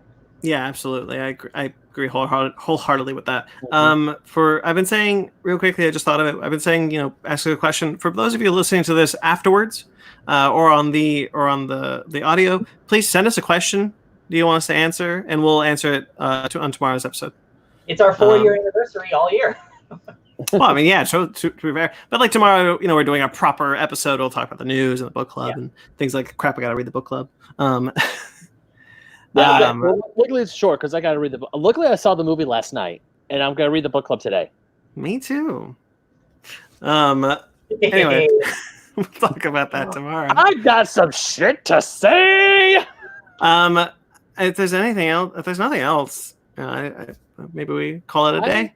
I was gonna say with all you guys, we might have answered this before, but now that we have another year under the belt, what, just like first thing that comes to your mind, what is one of your favorite moments that we have done from the very beginning of the show up until now? Because I have one right off the bat.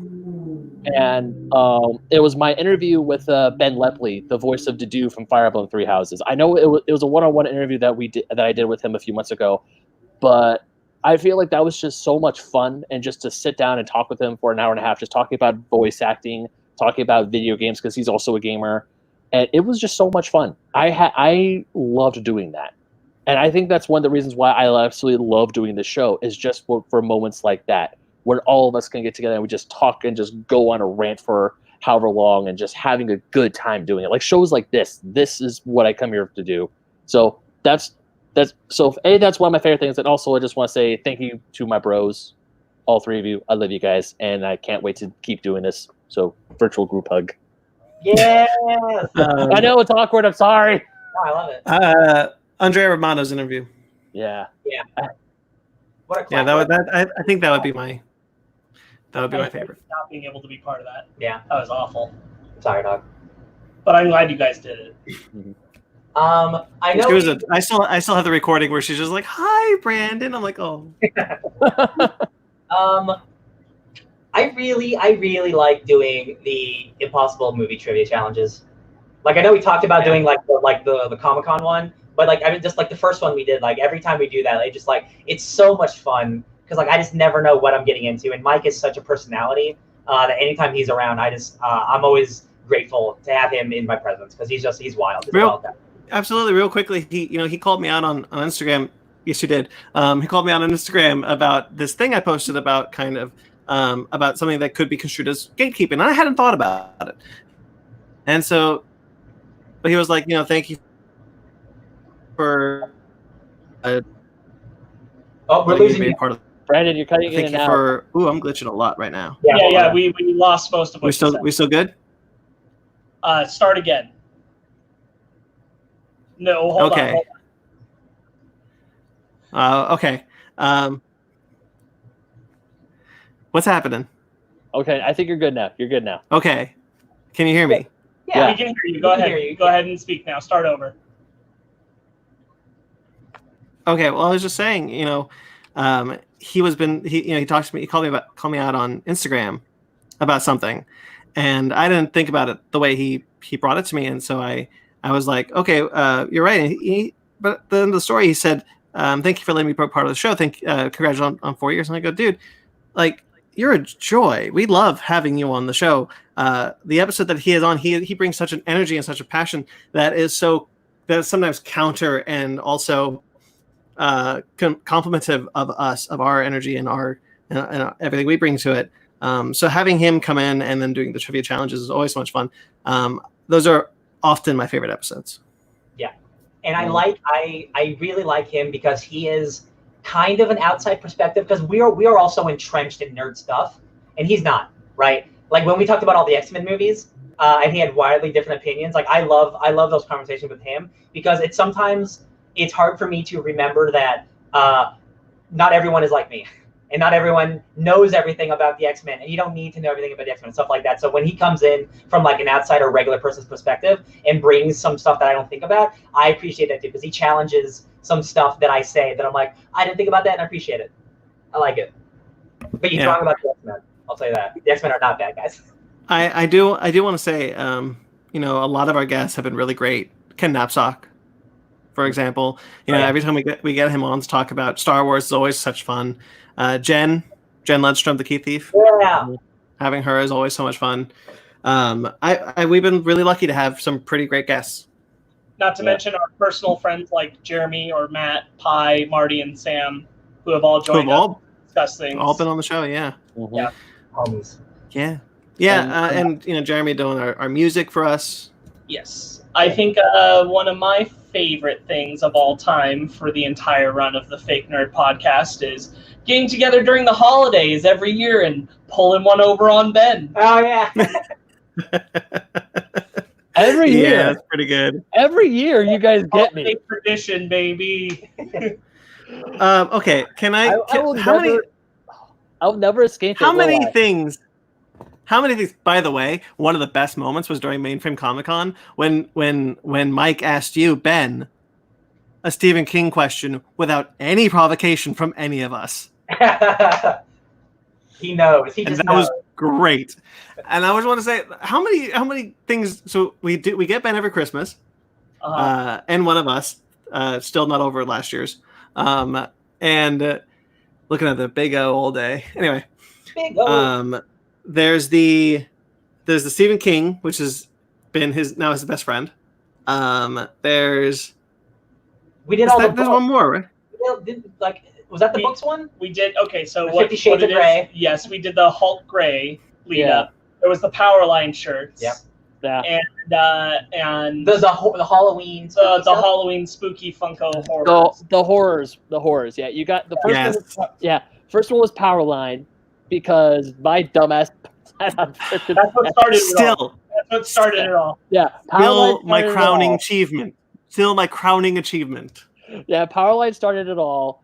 And then it was the lead up to Hulk Gray, which I still have picture of Dorian Gray, by the way. I still have it. It's right behind me. Where's 50 Shades of Grey? I spent money on that, man. It's actually down here somewhere. Fanny has it. I spent 50 cents on it. It's fine. Yeah. And of course, last year when you guys got me Jack Torrance, Annabelle, and the Nun, they're right over there. I have them. There. I will display them. I'm going to display them. But Good. I want the Nun right by where you sleep. No. Nun's close enough. Nun's pretty damn. I think No, Ben, What? you don't need to put her there. She'll end up there. Yeah. How many things do we play with Ben with? So there's a Stephen. There's the it's Stephen a King long reference. list. Nostalgia's bitch. Nostalgia's bitch. Nostalgia's bitch came out because Plugs and gags. Oh god. And of course, his love of the Giants. Screw you. This is a good one. No, this happened totally off and away from the podcast, but we were all playing Battlefront one night, and a friend of ours, Travis, started a Ben loves the Giants, right? Because Ben's headphones had cut out, so Ben's still playing with us and can hear us, but he can't talk anymore. So we all go on about how much Ben loves the Giants. Oh, side note, not only that, because the audio is coming out from my TV, your talk is coming through my TV, Fanny is playing Animal Crossing when this is happening, so she's hearing everything. And laughing. It's good. Yeah, she was. So good. That went on for, like, I didn't start it. A friend started it, and I'm like, man, this is great content. I love just being able to talk about Ben's magnanimous love of the San Francisco Giants team when he can't say anything about it. Not a damn thing. And it doesn't just go. It doesn't stop either. It just continues on. Like we were playing Ewok Hunt, so they're like, "Oh yeah, who's Ben's favorite player for the Giants?" "Oh, I think it's Madison Bumgarner." Or something. Like they're just going on and on and on. And it would stop for a bit, and then they'd pick back up. It stopped. For a bit, and it would pick back up. I was so high. I was so high that I kept asking, "Wait! I thought Ben's favorite is the Giants." You were sincere. I was like, "It is the Giants, right?" It's funny because Ben Brandon always responds, so it's true. It's all true. And the funny thing is that even for years, in like almost 10 years now, since I've known Brandon, he still doesn't know who my favorite sports teams are. I have to constantly remind him who my favorite teams are. Brandon, it's behind him right now. Yeah. Of the Giants. There you go. That's it. Yep. Yeah, MAGA, Animal Crossing represent. Yeah, you're right. I've played it. Man. Oh yeah, I've been so bad playing Animal. I've been playing other stuff, but Animal Crossing is really good. That's besides the point. But Ben is fun to get the goat of because Ben has the most impassioned reactions. It's true, all of it. Yeah. It's not bad. That's why it's so good.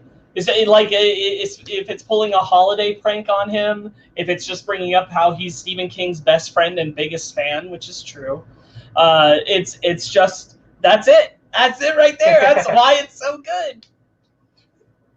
Just hang my head in defeat. Just hang my head in defeat and in sadness.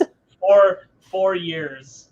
Not only that, even okay. So I have these two stickers on my little Dodgers thing. Those are the two stickers when the Dodgers went to the World Series, and I remember just keep getting so much crap from Sparks when I would show up to record a show while the World Series was going on and I'm wearing all my Dodgers gear, and he would just give me so much shit. Buddy, if they didn't choke so much, I wouldn't do it. Okay. All right, let's call it. Oh my gosh. Yeah. Let's call it an anniversary. Before we leave, it is very important that we say thank you to everyone who's been involved with the show, everyone who's been on the show. Mm-hmm. So I hope I have remembered your name. If not, hopefully you guys will correct me. But I want to just thank Jen Ludstrom, the Key Thief, Ken Knapsack, Chris Swindle, Marc Guggenheim, Mike Patola, Downright Nerdy, Riley and Michael, both of you guys. Everyone involved with Downright Annoyed, with movies. Just a little podcast. What's P Dubs? What's P Dubs? Love you, Ken. Yeah. Jeremy Vellucci for all of our music, even coming on to the Last Jedi episode. Didn't come on and the Rise of Skywalker episode. We're all here. Matt Ferrante, and Marty and Sam, of course. I've been on a couple episodes. Hopefully I didn't forget anybody. I mean, obviously we've had the likes of Andrea Romano, and others. Ben Lepley. But these were all from this past year. So thank you. Hopefully everyone there hopefully all of you can come on the next year for our 5th anniversary. We're talking about our 5th anniversary. And thank you, Mag. Mag says, have a good day on your anniversary and future podcasts. Thanks, brother. Hopefully we'll see you again at next LA Comic Con, because he actually did come up and say hi. We went to school together. We went to school with him, Brandon. Nice. We went to see some with him back in the day. That's awesome. Yeah, he's been following us, I feel like, since either at the very beginning or close to the beginning. So thank you very much. Thank you for your support, brother. Thank you to everyone who follows us, especially, and watches us on YouTube and things like that. Special thanks to my partner Megan for suggesting the way we handled today's anniversary episode with fun facts about us. That was entirely her idea. All credit to her. Special thanks to Megan for dealing with us taking up all the room all the time too. That's true. Absolutely. Special thanks to my girlfriend Fanny, who puts up with my ass when I do stuff like this. Fanny has been the long game trooper. Fanny and Megan have been the long game troopers since the show started. Oh yeah. But definitely thank you to everyone who's been watching us. The show continues to move on. So tomorrow, actually, our general Sunday episode 195. We are going to be talking about Artemis Fowl. Which Ben and I have seen. And after that, we are going to continue our journey through the... Ben and I are going to continue our journey through all of us are going to continue our show's journey through the DC animated movie universe. We've already done the first 6 films. So next week, after our Artemis Fowl episode, we are going to be touching on Justice League vs. Teen Titans, Justice League Dark, and Teen Titans: The Judas Contract for the next 3. And then we'll continue up until our 200th episode. Road to 200, guys. I'm going to get sappy here. I don't care. I just got to say, Brandon, when you and I started this back in 2016, I never thought we would be where we are now. Not only having Ryan and Sparks join us and being part of the glue that holds the show together, I just have to say how proud I am of all of us for doing this, for continuing on, for soldiering on, and how thankful I am for all you guys and for everyone watching and listening. It just makes me feel all warm and fuzzy inside. And just thank you to Brandon, Ryan, Sparks. Thank you to the listeners. Just thanks for listening to us, liking what we have to say, talking to us. It just, God, 4 years ago when we started this in my spare bedroom at my old house, I didn't think it was gonna. If you told me 4 years ago we were gonna lead up to this, like we would have more friends, that we would have other podcasts and interview Andrea Romano and a multitude of other voice actors, I would not have believed you. So just. Good Lord. Thank you for everyone. And okay, I'm done being happy now. No, I think you put it really succinctly. Definitely thank you to everyone. This has been quite a ride. Thank you to you guys. Like, I mean, Ryan jokes about this being your longest commitment. It is the longest commitment. Am I the only one who feels like the 3rd year anniversary was like a month ago or 4 months ago? It doesn't feel like it's been a year. Time? How long have I had my nose ring? Time is, I don't know time ever. Yeah. Ryan, I haven't seen you in so long. I forgot. Do you still have it? Are you still wearing it? I can't see Roy. Do you see? Yeah, okay, good. Ryan is not there. No, I slides it and hides it. No, but I wholeheartedly echo what Ben said. Like, the fact that I've been able to do this week after week, especially now, this is the only thing keeping me sane right now. Because locked in my house, if I didn't have this, who knows? But thank you again. We have a lot of cool stuff on this YouTube page. We have Basement Arcade. We have Fake Nerds Watch, and soon the Fake Nerd Book Club. There are other things we want to touch on. I still want to expand Bitchin' About Nothing. New blog post is coming up soon. Hopefully I can figure out how to video edit or find someone who can video edit on their spare time. Maybe Sparks if he has free time, but I don't think you do. It's honestly, you know what? It honestly depends on how fast it goes once I have a new computer up and running. That would change things. So it's possible. We are as far as happen. Yeah, but there's other shows we've been talking about for years. Cartoon Corner, Sparks, Digital Long Box for Ryan and Ben. No, but I'm just saying. We talk about doing other shows all the time. So I just want, and I'm only saying it not to be like, hey, we're doing these shows, but to say like, we're constantly looking for new things to do, constantly looking for new shows and new content for you guys and for us. Because again, this has to be fun for us first. So you will have no shortage of content coming to you in the coming years, whether that be the shows I just listed or a different show that we haven't even come up with yet. We have plenty of content for you guys to enjoy. So make sure to like and subscribe. There's a lot of fun stuff coming down the pipeline for you guys, for us, and we'd appreciate it if you kept on this journey with us. Yay! Okay. So that'll do it. Make sure to like and subscribe. Like this video. Subscribe to our channel. Like I said, a lot of cool stuff. Check out Basement Arcade where we're doing Mortal Kombat 9. Check out Fake Nerds Watch, which we just finished Clone Wars, and maybe we'll do another one thing. We were talking about it before, but we will see how that goes. And if you're listening to us on iTunes or anywhere else in audio form, make sure to subscribe there. Make sure to... Sparks, you want to say something? 5 stars. Yeah, Fake Nerds Watch will finish Dark Crystal before the 5-year anniversary. Okay. You think exactly 1 year? Plenty of time. Plenty of time. Oh yeah, plenty of time. Sparks, you and I, we've talked about getting Miscellaneous back. It's for season 2. Yeah. Do it. So definitely, like that is something. Like I said, we have always got our eyes on so much stuff, and so definitely more content is coming, and hopefully we get Miscellaneous back because I do want to continue with that. I've got 2 articles written already, so Good. Cool stuff. Okay, guys, check us out on fakenerdpodcast.com. We have a Funko affiliate link in the description. You can use promo code SHOP10 for 10% off your purchase. We have a TeePublic where we have a lot of cool shirts designed by Jen, designed by Mike, designed by Pi. A lot of cool stuff there. Patreon, we have got 2 tiers, 1 joke tier that I will honor if anybody gives a shit. And our regular tier, our $5 tier, where you just get everything for $5. But if you subscribe to our $25 tier, you get a ship in a bottle. Mm-hmm. It's still there. It's going to happen one day. All those links are in the description below, or you can find them all on fakenerdpodcast.com. Find us on iTunes, on Stitcher, Google Play, TuneIn, Spotify, iHeartRadio. Rate and review wherever you get us. And for the 4th year in a row, stay fake nerds. I missed the button. Damn.